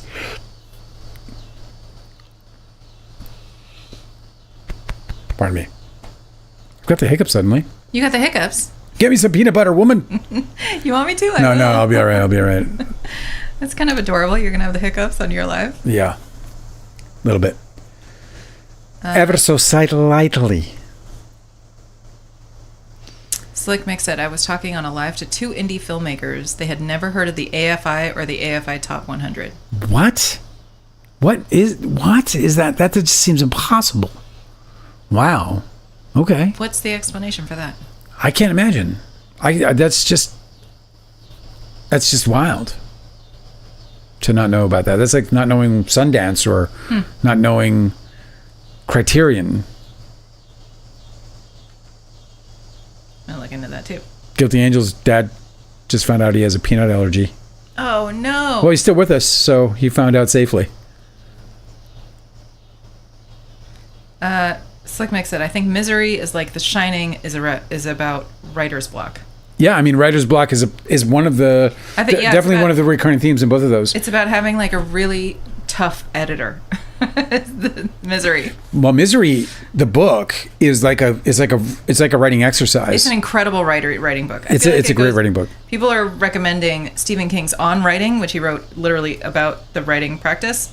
But I think that Misery belongs on all of those lists of like books on writing. Because he lets you into his writing process through the character. Like what's that one part about how he talks about sending a signal flare up? Do you remember his analogy for how ideas come to him? I'm not well enough to comment. It's so brilliant. He talks about like how you're basically just like floating around on a boat, and then you like send a signal flare up, like, and it goes up, and it explodes, and hopefully somebody sees it and sends you an idea. That's basically all you do all day long as a writer is you send the signal flares up. It's true. I'm telling you, I probably the most enjoyable thing I do is that, and those signal flares to me are endings for me. So if I have, and that ending might not be an actual scene or a scene idea, but actually just an emotion. So like I might know that what I want from the end of a scene sequence is I want people to feel inspired. I want people to feel sad. I want people to feel empathetic, angry, like whatever it might be. And so that's my tempo. And sometimes I actually have an ending in mind, meaning like, I know that, whatever's going to happen at the very end of the scene. So I have that also as a tempo. But like, it's all about like setting up and they are, I love the analogy of them being a flare because they do attract so much attention to itself. Like it attracts the attention, like that emotion that you're sort of setting out to create, through your sequence or whatever it might be.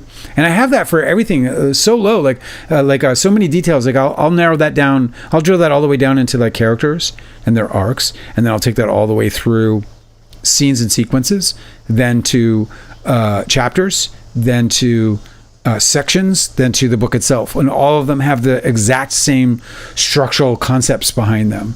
And then from there you can kind of shake it up a little bit and kind of flip things around in terms of the way in which you might want to play out the structures.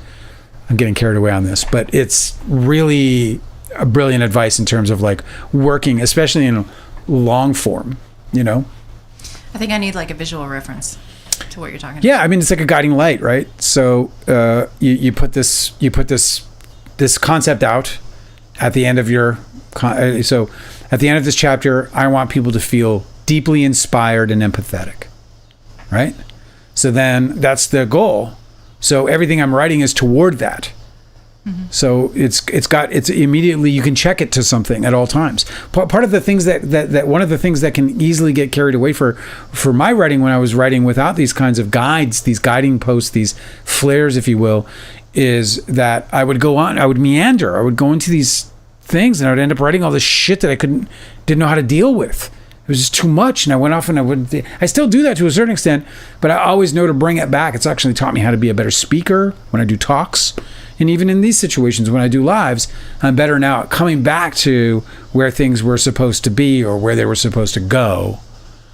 And so that's really what the visual is that it's just like this guiding light, so that as I'm sitting there and I'm like carving out these ideas and whatever minutia I might get into in terms of what's leading to these emotional outcomes, that I'm always able to look up and see where I'm going. And if I look up and I'm headed north, that's where this thing is. If I look up and I'm suddenly like, whoa, fuck, it's not even in my sight anymore, I can start, I immediately realize that I've kind of gotten off the rails. And that actually opens up a lot of really neat creative opportunities, because when that happens, because you have that guiding light, you actually can set the correction within the work itself. And sometimes that can make the work, give the work some depth. And anyway, well, that's why anytime I've ever written anything, I'm always starting like really strictly with like an outline that I've like planned and spent a lot of time working out. So it's like really meticulously charted, because I'm actually terrified of this meandering, right? Yeah, I can. Because it's so easy when you're like, I'm in the groove, this feels great, I'm just going to keep writing, I'm going to follow this trail wherever it leads me, and then you have to edit it and you're like, why was I talking about this? Where can I get, like, how can I even edit this to get back to where I need to go, So that's why I'm such an outliner. I don't know how people are, what do they call it? Pantsers? There's planners and then there's pantsers. Yeah. Where you like basically just write by the seat of your pants? Dude, it's the funnest way to write though. Stressful. It's not, but the thing about, how are you supposed to edit yourself? Like, what if you went on a meander? I mean, I guess if you're like Kerouac or something, you can just print it. Expect to meander. Well, Kerouac had a moment of divine intervention where he was able to literally write by hand on a scroll an entire book in one sitting. Well, not one sitting, but on one scroll. What? So it'll never happen again.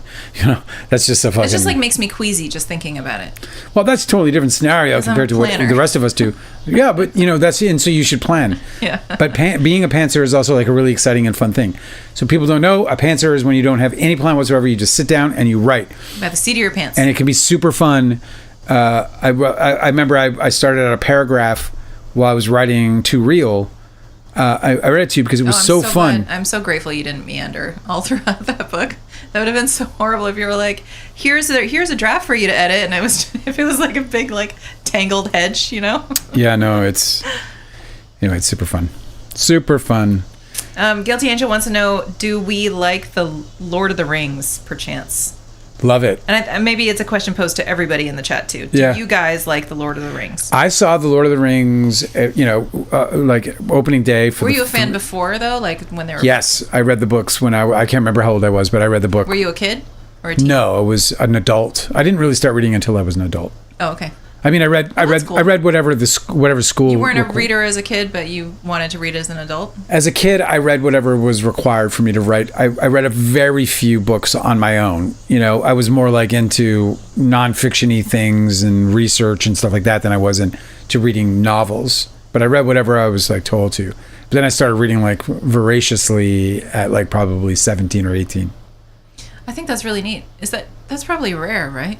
What happened was I was a big fan of Judas Priest, and what I loved from Judas Priest was their lyrics. If you go back into early Judas Priest and you listen to their lyrics, they're fantastic.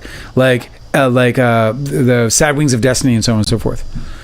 And so, Sad Wings of Destiny is not an example of great writing. I couldn't disagree with you more. Well, I don't know the song. I'm just saying, like that phrase. It's I have some notes. It's actually a beautiful album cover where this dude is in this almost fetal position with these sagging wings like Icarus's wings or whatever.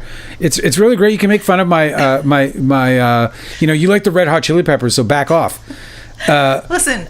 But let me finish what I'm saying. Old Red Hot Chili Peppers. So I liked old Judas Priest. I don't like Dave Navarro, Red Hot Chili Peppers. Please don't label me like that. I was reading an interview with Rob Halford, the lead singer of Judas Priest, and he is known in metal for his lyrics, and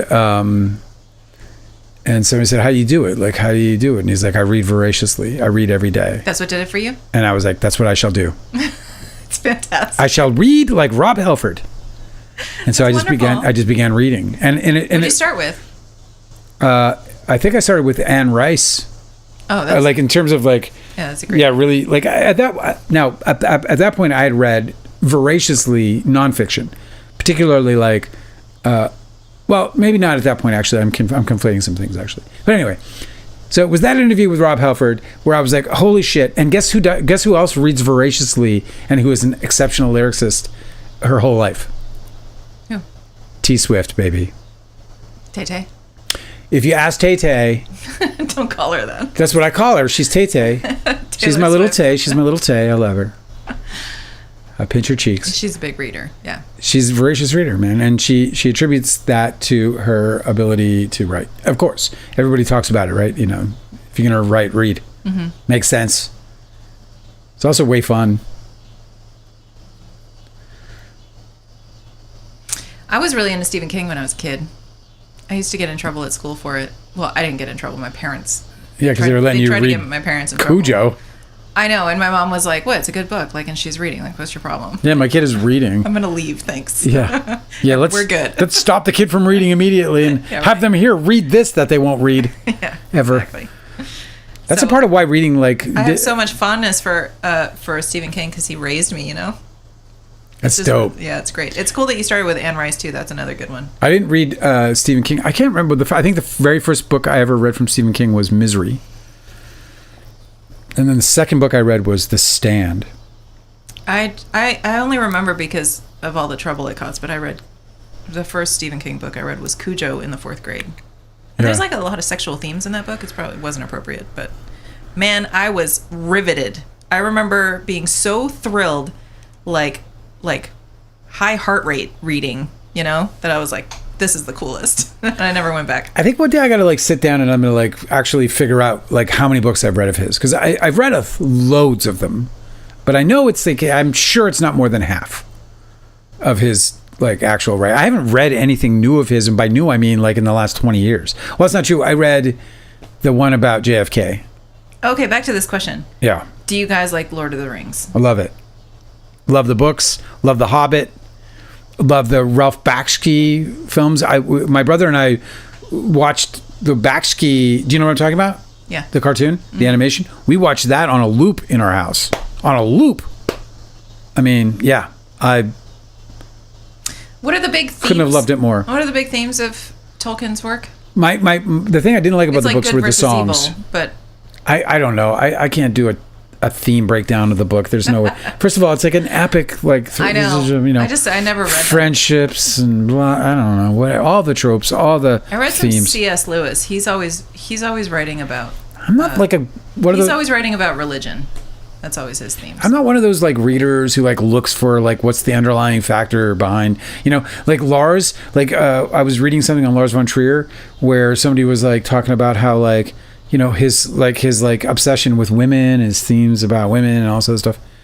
And, you know, I hadn't even paid any attention to that. Like, I don't give a shit. You know, I was like, I'm just into this movie, bro. This movie's dope. You know what I'm saying? I'm just sitting there fucking study the guy and try to... And, you know, you get that shit all the wrong... Okay, so you're not a nerd. I get it, okay? People came to me... Some of us like to pick apart and the media that we consume. No, it's cool. And I as a kid, are you kidding me? I used to break down every song and, you know, I love all that. You get it. Of course I do. But half the time we're just fucking wrong. Like so many people come up to me with Don's Palm. Oh yeah, you can be wrong. That's part of the fun. People come up to me with Don's Palm and they're like, you know, and I'm like, no, I wasn't thinking about that at all. I didn't even know that was a possibility. Like somebody, it was somebody on Reddit or something, and they were like, I don't even think Derek was telling the truth about his father's unaliving, and I was like. I didn't think so either. Had not occurred to me. I thought he was manipulating all of his friends. Never fucking occurred to me. Yeah, that's great. Never once. I wrote the movie. I fucking shot the movie. I fucking cut the movie. I distributed the movie to the extent that I could. Mm-hmm. And never once did it occur to me that Derek was lying. But as soon as somebody said that, I was like, oh God, I think I love that. Do you know? Like if somebody had brought it up in the writing room, I would have been like, oh shit, we got to go with that. For sure. Guilty Angel said, Criterion Collection is a must. Seventh Continent by Haneke. I just screenshotted it. I have never seen that one. Have you seen it? No. I'll definitely watch that straight away. I like Michael Haneke. Cosmic Urgency is asking if I have any Greg Araki stories. Well, I just knew some people who worked with him and that he was a really cool guy. He is a really cool guy. Jeremy Jordan was in Doom Generation with him. And then I knew Jordan Ladd for a minute also. Cheryl Ladd's daughter, I believe. But you don't have any Greg Araki stories. I don't really have any Greg Araki stories to tell you that are interesting. I wonder if anybody asks those people if they have any Dale Wheatley stories. Ain't nobody got no fucking Dale Wheatley stories, bro. Why not? Why wouldn't they have Dale Wheatley stories? Greg Araki made like... He was like a generational important fucking filmmaker. I'm just a guy bitching about shit. And, whoa, Dale Wheatley movies, fucking ridiculous. Do you have any Dale Wheatley stories? Yeah, Dale Wheatley stories. Yeah, he fucking thinks he's a superhero because he fucking told Andy Signoroff, an insignificant lump from Florida. Why are you being so self-deprecating? I'm sure you did really interesting shit that people probably have stories about. Yeah, fucking Dale Wheatley. We have fucking 4 people here right now. I'm not saying you're famous. I'm saying that you make memorable stories for people to tell. Alyssa has foster dog problems. Oh no! Here's the thing, Alyssa. If you tried to introduce the dogs, right? Your foster dog to your current dog, and it did not go well, you can totally, you can undo the damage. Oh, did you read what happened? I did read what happened. I'm not going to read it to That's super tough. That's probably stress. Yeah, most certainly. So usually situations like that happen because they're super stressed out. Your foster dog has just been displaced and put in this new place. It's like super weird. And so usually for me, I will go super, super slow with the new introductions. Separating them. I'll keep them separated usually by like standing gates. And sometimes I'll even throw a blanket over there so they can coexist and hear each other and like smell each other. And we're all hanging out in the same room, but everybody's separated and everybody gets to eat their snacks and everybody gets to nap. And everybody gets calm before I ever try and expose them to each other at all. Cool. And it's usually sometimes it'll take weeks, sometimes it'll take days where you like remove the blanket from the gate and you let them see each other and make sure everything's cool. Sometimes you need 2 gates because if they sniff each other like right through the gate, it's stressful for them to have that kind of nose-to-nose confrontation. I was going to ask you because isn't it like best to like not let another dog approach a crated dog? Oh yeah, well I don't I don't use crates just because the confinement usually but communicates. we have a dog here that was in a crate, and so like one of the things you can avoid is making sure that if a dog is in a crate, that that another dog would not approach that crate, because that's like bad news for both dogs, really. You can just put yourself in their shoes with this sort of thing. If you are in a confined space, and there's a stranger who's like pacing around outside your confined space, that's really stressful. People don't even want to deal with that in hotels with like. At least we have English though. We can be like, "Yo, what's your intention, bub?" Yeah, I know. So like usually, I will just give them space. Here's the thing: is like if dogs coexist for long enough, separated, and they're like eating their snacks and they're taking little naps and they're just bored with each other, then you know that this is going to work out. And usually, I just wait until they're bored with each other. This whole thing that people are like rushing to have their dogs like be best friends and play, like you can screw it up. If a dog has one bad experience with another dog, they can be like, fuck that dog forever. Forever. They could be like, you know what? I don't know about you. I don't know about him, but that dog is bad. Fuck that dog. Fuck that dog. And so what you want to do is just avoid any possibility for them having a bad time. So I will usually just like keep everybody separated. Everybody's mellow. Everybody has a peaceful fucking coexistence. And then just wait for everybody to be bored with each other, and then like slowly start slow introduction. It's so true, with because a lot of treats and a lot of like solo activities that they can do in each other's presence, you know? Yeah. Where they're not even having to engage, like distract them. That's my There's some basic advice. Definitely go slow, go real slow. And yes, that sucks. But you know what doesn't suck? Fostering a dog. That doesn't suck. What you're doing is so good. That's right. It's so great. And so sometimes, you know, it comes with things like cleaning up after a dog. Well, also, like, you just got a very clear communication that what you tried to do didn't work. Yeah, exactly. So just try something else. Like, it great. Doesn't even have to, like... No, I know, but I'm just speaking to the whole, like, oh my God, I got this mess, and it's, like, horrible. My house like, stinks. What have I done? It's trauma. But you're doing something so wonderful. It's so great to foster a dog, to give a dog. You know, our dog, that is, we've been fostering her for about 7 years now. You know, she was our foster. We like took all we still have the pictures. We took all these photographs where we were like, oh, you know, adopt this dog. We got a foster vest for her. It was like, foster this dog. And we tried to. We actually put her in a home, and that was like a nightmare. Angela was like making sure this dog was well suited for this particular home, because here in our local shelter, this is probably true for most municipalities, but if you're a taxpayer, you just walk up in there and get yourself a dog. Like there's no screenings or anything. There's no screenings. They literally walked up. They brought a rope to put around her neck. I know. Wasn't even a leash and they let her go with it. It was crazy. So as soon as Angela saw that they literally didn't even bring a leash, you became like, I'm going to keep in touch with this woman. And so she kept in touch with this woman who had tried to adopt this dog that we now have, whom we were fostering. Yeah, it turned out she was hoarding dogs, and she had just added this one to the collection. And then I just sort of like stayed in touch with her until finally she was like, you know what, I got too many dogs. I can't take this dog anymore. She had one die because it ran into the street, and she just went through this bad way, and we were able to scoop this dog back up and give it a home. So well, okay, so Alyssa said, the shelter told me to have one foster in a crate and let my current dog look at him. Here's the thing. That works fine as long as there's distance. Right. When they get too close to each other, now it's like basically like it's exactly what we do. We do it with gates and crates, but we'll keep dogs like 20 feet, 10, 15 feet apart. Where they can see each other, but they're super separated. And we let them just saturate in that for a while. Like, just get to know each other, what they're doing. They'll acclimate. They'll get the scent of each other more clearly. Because you want to avoid as a situation where you're creating like a Roman Colosseum situation where you like you have like your house with like couch, table, you know, whatever, and then these two dogs like in the middle like fight. You know what I mean? Because they don't know what to do. Like they're all new. You have to just remember, like, dogs are like aliens on a strange planet. They need guidance. They need to like be able to get into a place and like look around and settle in and like situate, and then they'll be like, okay, am I safe? I'm safe? Okay, then I'll be cool too. But like, you can't rush things like that. And especially like if one dog is in a crate, that's you're setting them up to have a really bad experience if they're being like, you know, if their perception of another dog in the house is like they're being stalked or something, sized up when they're like confined and can't help themselves. That's nice. So, do you know who? So, 16 and Pregnant. Do you know what this 16 and Pregnant show is? I remember there was like a whole run of all of these all these reality TV shows where they were exploiting these like teen pregnant girls, and just like So look this at person- American culture and how fucked up it is. This person named Whitney Purvis was on 16 and Pregnant, and she's been arrested for involuntary manslaughter because she supplied a substance that we know that took away guys like Michael Jackson.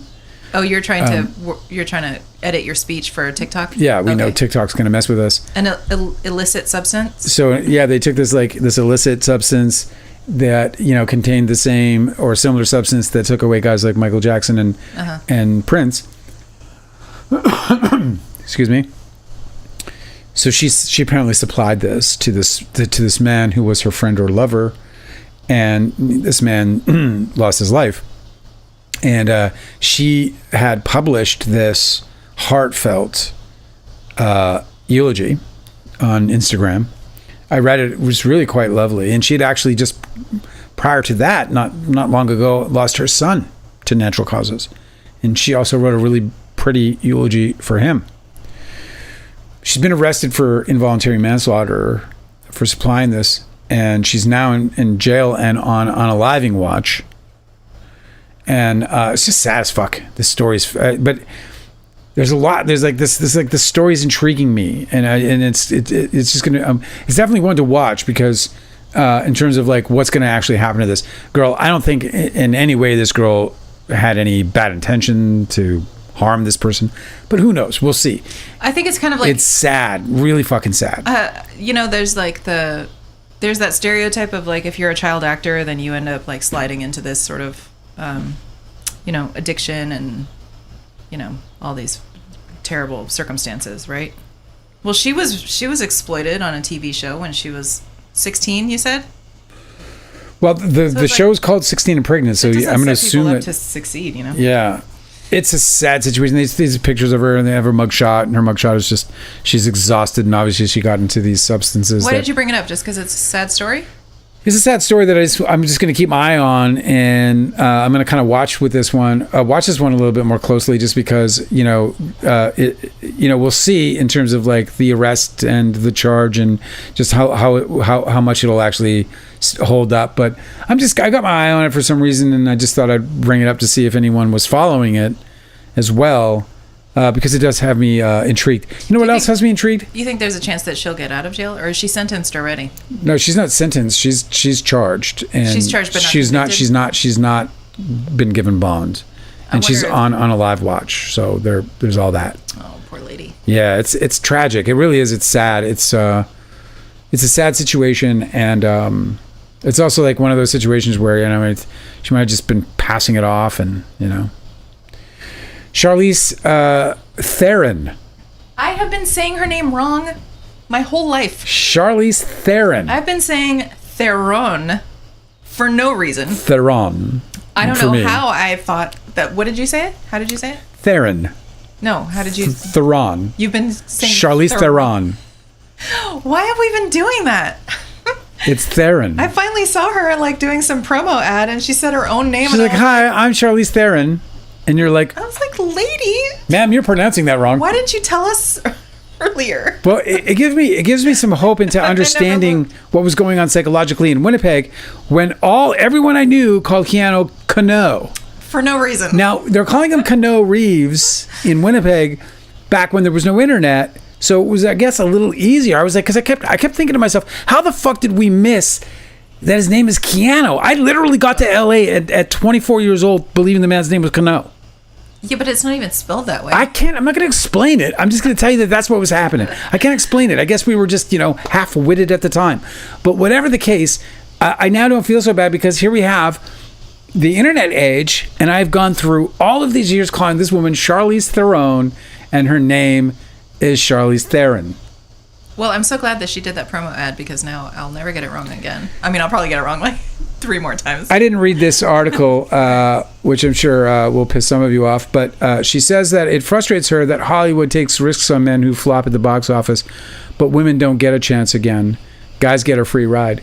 And you know what's interesting about that statement and why it caught my eye? It was just that her name is pronounced correctly finally and forever, but that it's a little bit worse. It's a little bit worse than that. It's more like Hollywood gives women a chance to star in film, and then when the film doesn't work, they blame women in general, not just a woman specifically. Not like, oh, this star couldn't carry a movie. They just go, oh, you know what? Women can't carry movies like that. Maybe it's like, you know what I mean? Because we know they can carry like the Julia Roberts types vehicles. I've also seen that happen where they literally do not promote a movie, and then they blame the failure of the movie on the actor. Yeah, and then they freak out when something like Barbie or Wonder Woman works.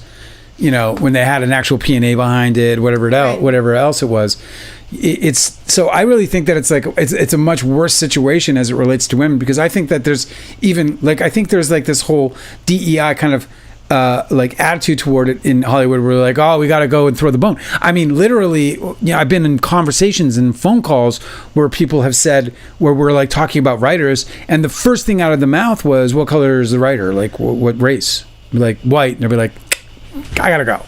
Like, because they're and instead of looking at, again, like the content and looking at the content of the actor, the character, and the she's saying the opposite. Well, no, she's not. She's saying they don't give a chance to women like action stars. They don't give second chances. What I'm saying is that it's a bigger problem than that. It's that they actually put that down on women. Do you know what I mean?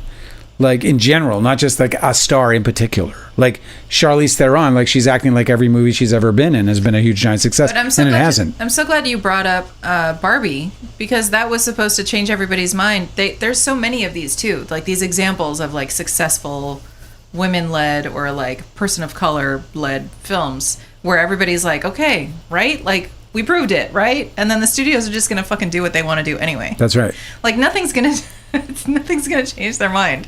They're just gonna keep making the movies that they want to see, and when the leadership is all like these like rich white men, they're just gonna keep making, fucking sports movies and war movies. And then again, it's kind of true though, because like, look at like Barbed Wire. Do you remember that? I do remember Barbed Wire. Right. So that flopped.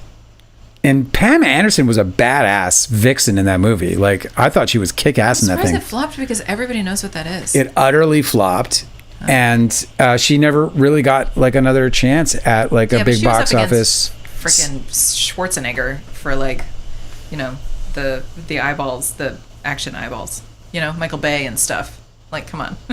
Well, I mean, it's not where I on her shoulders. That's where I step in, and they're like, okay, like, we'll give you another shot at that 5 years from now or whatever, where it's just like a straight female driven, unless it's like and again, I mean, they're all, Barbed Wire was a graphic novel, and obviously Tomb Raider, and the one with Mila Jovovich? Oh yeah, that was a Resident Evil.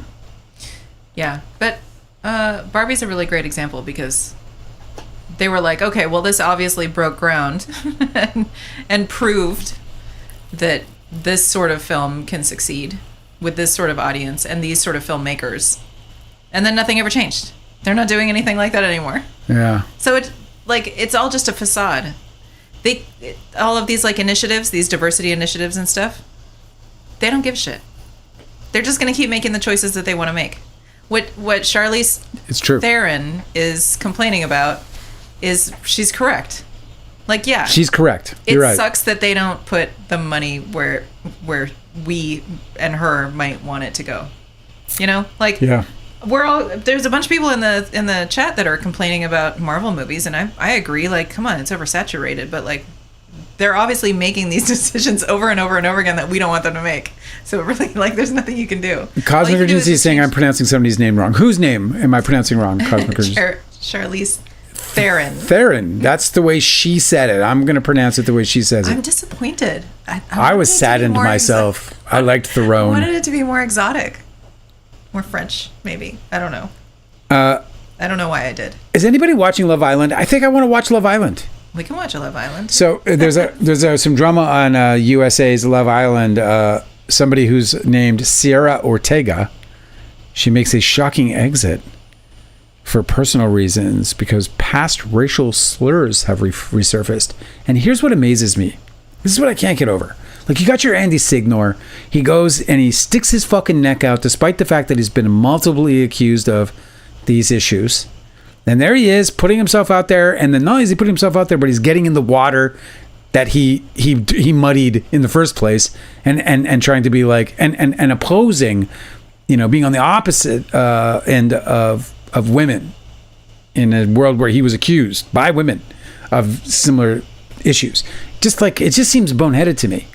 What, that he would like jump right back in that. Like, if you're going to become this popcorn planet, like, why would you get yourself caught up in a controversy that highlights the accusations against you? This is my thing about him. He's so bent out of shape whenever anybody brings up his own allegations of SH. But it's like, bro, SA, actually. That's all you're ever talking about with these celebrities. That's like your whole brand is this. Of course people are going to bring it up when it comes to you. Like, what are you doing?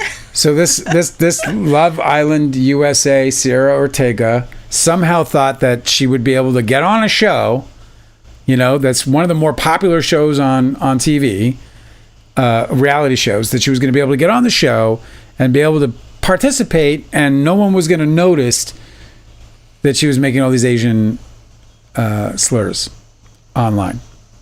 And now her mom's defending her. Oh, she's not that way, and all this other shit. But you just you can go through all my history. I may have said a dumb thing or two, but you won't find racial slurs or misogynistic. You slurred it when you said it. Slurred. You're not going to find misogyny. You're not going to find these things. You're not going to. You might find me being stupid or arguing the wrong point, or maybe saying something that puts my foot in my mouth, which I do every fucking day on these lives anyway. So you might find these kinds of things, but you're never going to find these kinds of allegations, or these. No, it's not even an allegation. I mean, these texts surfaced, and I just think how the balls of these people. How brazen is it to be like, you know what, dude? I'm a total asshole. I've been, and they think they're going to just get away with it. And now she's publicly shamed for it. Everybody knows she's a racist, et cetera, et cetera. Anyway, my take on this is that this is one of the reasons why social media is bad. Like, I feel like before you're 21 years old, you shouldn't be have every single utterance recorded. Because remember what we were talking about when everybody was accusing Blake Lively of being a mean girl in high school? You remember we were talking about this? Yeah, the most ridiculous And I was thing. like, sometimes when people are learning how to be independent communicators, like you are when you're a teenager, right? Like, that's like the main focus of that developmental stage for humans, right? Yeah. You have to learn to be an independent communicator. You have to have your own thoughts and be able to communicate your own way. Yeah. And like, a lot of people will resort to these like really low effort insults in order to sort of exert and practice what power feels like for them, right? I know. They're like, words have power. I can upset somebody. Let me just try these like easy ways to do it. I'm gonna mess this person up. Watch me do it. And so I just feel like there's a lot of people who really do regret saying hurtful things, and maybe they like chose to do like, throw racism in there or whatever. Yeah. But the point was for them is that they're just trying to like be mean, to practice what being mean is like. Yeah. Like, teenagers are going to do that kind of stuff because they're just trying on these different sizes. You know what I mean? I do. And I just feel like it's really horrible. And I agree. It's horrible that people are being recorded. And it's not just being recorded, but it's recorded forever. And it's recorded all over the world. I feel like that's so awful. It's weird, man. It's so awful. You can't even screw up. Like, that's the time where you're supposed to be able to screw up. Yeah, exactly. I mean, I'm so glad that I had... all the way up until 18 years old, really, to just fuck up a million times. And I did. I screwed up. I had to shed all the nonsense I didn't even know was problematic. I'm still doing that. But, the big mean stuff, the stuff that was like, filth coming from straight bigots or whatever that I didn't even know was bad, let alone that it was something ingrained in any way in my psyche or in my persona. It's just so awful. Like, I don't know how old she was when she said these things that just incriminated her, but she's really young now, right? She's like in her early 20s. Yes. Yeah. Okay. I just think about like, I wrote the most bleeding heart love letter to my crush when I was in high school. Yeah. And I gave it to him. Oh, it was such a mistake, and he did nothing about it. Oh, and he just turned red. I know. Because I'm like... He got hit by it right there. I know, because I'm like, okay, it's still out there. Like, it exists out there. Like, it's a thing that this other person has that I can't control. That could come up. Can you imagine if you said something like... If you, like, tried to just be, like, mouthy, in a fight, like, be a little bully for like, 3 weeks of your life, and it was recorded forever? Yeah. And she can't even have, like, television opportunities that she gets... horrible. Yeah. Regret like that shouldn't happen from when you're a teenager and you do like, experimenting with words. Do you want to hit the comments before we close shop? Oh, Alyssa she said the slur on the show. Okay, well, forget everything I said. She said it on the show. Really? Oh, my God. I got to watch this show just because I want to see people bury themselves like that if they're going to do it on TV. Well, forget everything I said. She's a terrible person. Oh, my God. Well, look, there's a border anyway, because like Mark, I've been open about how I feel about Mark Wahlberg. I think and Peyton Manning, because I think that there are offenses that you do that you don't get a pass anymore. Yeah, you don't get demeaning somebody on purpose or beating somebody to within an inch of their life because of their race. Yeah, of course. You're never going to be ever anything other than trash human for me in that situation. Yeah, I agree with you. I can't see past any of that.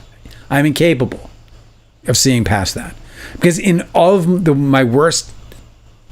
In all of my worst states of mind and condition, never once would I have ever caused that kind of harm knowingly to another human being. Les is asking, what did Marky Mark do? Is this allegedly, or is this a? Oh no, it's factual. Okay.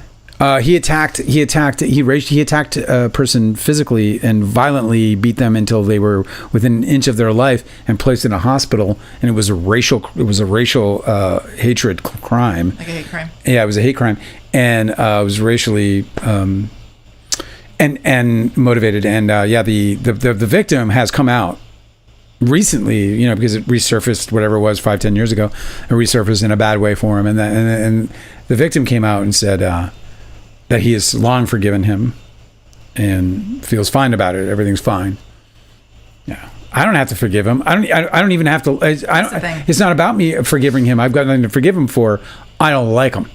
That's how that works for me. It's like, you can forgive him because, it would be you to forgive him. You're the only one who can. Literally the only person on this earth who could forgive him for that is that victim. Just like generally in my life, I tend to dislike people who brutalize other people for race. And if he did it to me, if I were a minor and he did it, or a minority, and he did it to me, maybe I would find a way to forgive him too. I've forgiven some people for some pretty heinous shit that they've done in my lifetime as well. But that doesn't change that act occurred and that you're a piece of shit for doing it. We have 24,000 likes on TikTok right now. You guys are way too cool. We have 6 likes on YouTube. That's not a competition. But we're still here for another few minutes.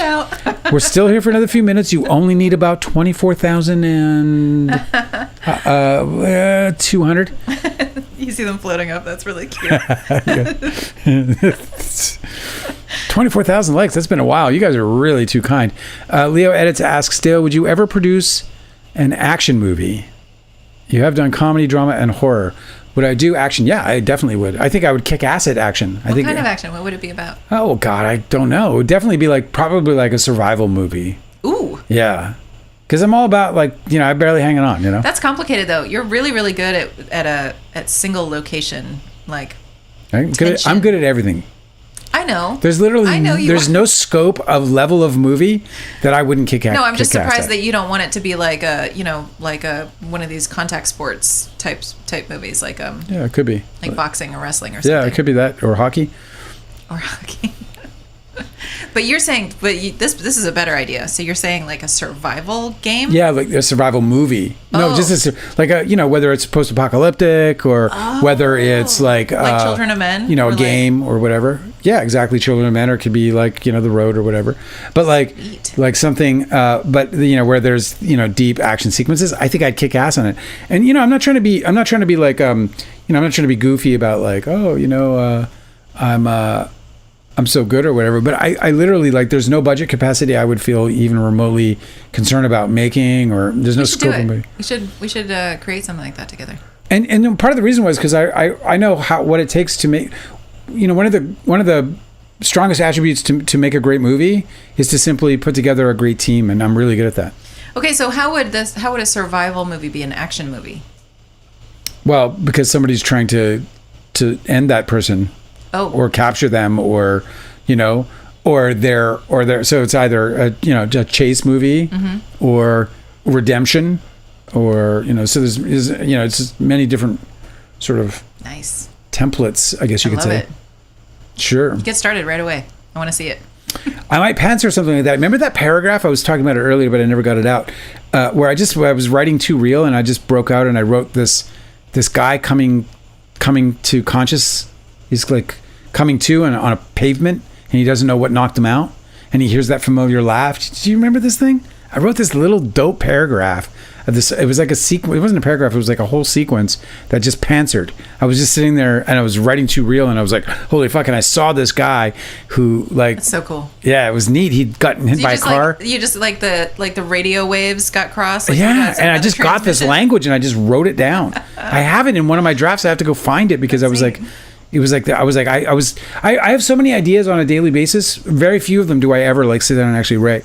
But this one I had to. It was like that. Well, so did you cover all of the things that you had on your thumbnail? Yeah.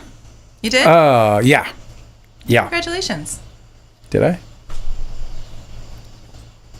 Did you? I didn't have anything that I brought. I just wanted to update everybody on the new... Leo Edits asks, also, when Kevin Connolly wanted to help edit Dawn's Plum, did he tell you about how he wanted to be a filmmaker? And if you know, or if you knew, would you have let him?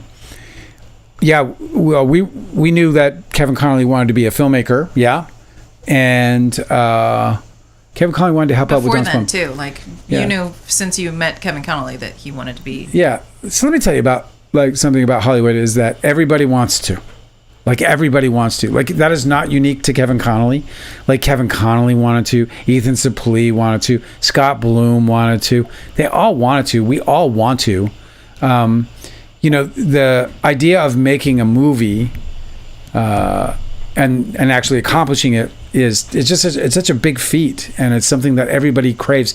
Actors are not the big mahuffs in Hollywood. The filmmakers are. Producers, writers, and directors really are the enviable positions in Hollywood because they are the creators. And so everybody kind of aspires and wants to be that one. And that's why I get so angry about the Forbes interview with Blake Lively, because this idea that she's showing up to the set as an actor and pulling the rug out by others because she wants to be something else is nonsense. Literally everybody who shows up on a set wants to be the guy above them. It's just the same as in most cases. Obviously, if you're the head of the wardrobe department, you might be content and you know that that's going to be your whole life, and that's cool. Maybe that's true for you as a key grip, etc., and so on. But the point is that everybody's looking for advancement in life, and that's true in Hollywood too. And on Hollywood films and carnivals or wherever you might work, everybody's looking for an opportunity to get up to the next level. Carnivals. Well, because everybody wants to earn a little more money. I bring up carnivals because it's not about like working at a corporate job or working in some specific field. In this case, Hollywood is like a carnival. You jump from one job to the other, and every time that you do, there are new opportunities for you to grow as a writer, as an artist, as a director, as a producer, as any kind of crew member. And so, anyway, I went off a little bit about it, but it wasn't unique that Kevin Connolly wanted to be in the editing room, and it wasn't unique that he wasn't allowed. Mm-hmm. These were all things that were normal. And I wanted to emphasize it in the book because I wanted people to know, and I wanted them to know when they read the book, that I acknowledge that they had desires that we didn't fulfill for them. And but I also wanted the world to know that those were some of the things that were souring their minds against us, which was stupid, silly, nonsense. And of course, Kevin Connolly wasn't going to be allowed in. Well, also... Nobody would be allowed. First of all, he's a terrible filmmaker. I know. There's that. Right? He's actually shitty at it. One thing that's really interesting about that tidbit is that Kevin Connolly and Artie Robb had made like a truce, a little creative professional truce when they were kids. They talked about this in the deposition, which is why I'm saying it. Right. Where they made a deal that if one of them succeeded, they would bring the other one along. Kevin and RD? Kevin and RD. It wasn't that wasn't the truth. So they would help each other. The truth was that Kevin Connolly, that he made Artie Robb sign an agreement that stated that when Artie Robb hit as a director, that Artie Robb agreed to put Kevin Connolly in every single movie that he ever directed. Perfect. Okay. And so this is what's really amazing is that he had aspirations to become a filmmaker. He also made this contract with RD. Yeah. And then he deliberately screwed up any chance at either of those futures. He not only himself. destroyed his performance in the moment in Don's Plum, but he destroyed a director, a guy whose career was about to be launched. He destroyed that guy from continuing to fulfill that agreement, which Artie Robb signed, by the way. But beyond it was a gesture, right? It was a real gesture. Like no, it was but it doesn't matter. I mean, like, if you guys had continued and Don's Plum wouldn't have been interfered with, Kevin Connolly would have benefited. Absolutely. Crazily. And so he... Probably more than anybody else. That he was really vocal about wanting to become more involved in film, and here you guys would have made a perfect little comfy nest for him to be able to grow and learn. Also, he screwed that up for himself is just incredible. And also, like, there would have been opportunities for him behind the camera if he wanted them. Yeah, of course. You know, I don't know, like, to what extent. Obviously, RD's going to direct. I might have directed, but of course, it's going to open up opportunities across the board. I'm so sorry. I'm getting really fatigued. I think I might... I'm having a hard time finding my words. Guys, I think we've hit our limit for the night. You guys are wonderful. I hope that it looks like we had clean sound tonight, so bravo. It sounds amazing. Hoorah. So I worked on that all day, and I think I got it right finally. So I apologize again for my bad sound, but we've recovered. Thank you, TikTok. I can't believe you guys gave us almost 30,000 likes tonight. I just can't thank you enough. And YouTube, I love you guys so much. You guys are fucking the heart and soul of all of this that we're doing here. And I really like what we're doing. I really love spending time with you guys.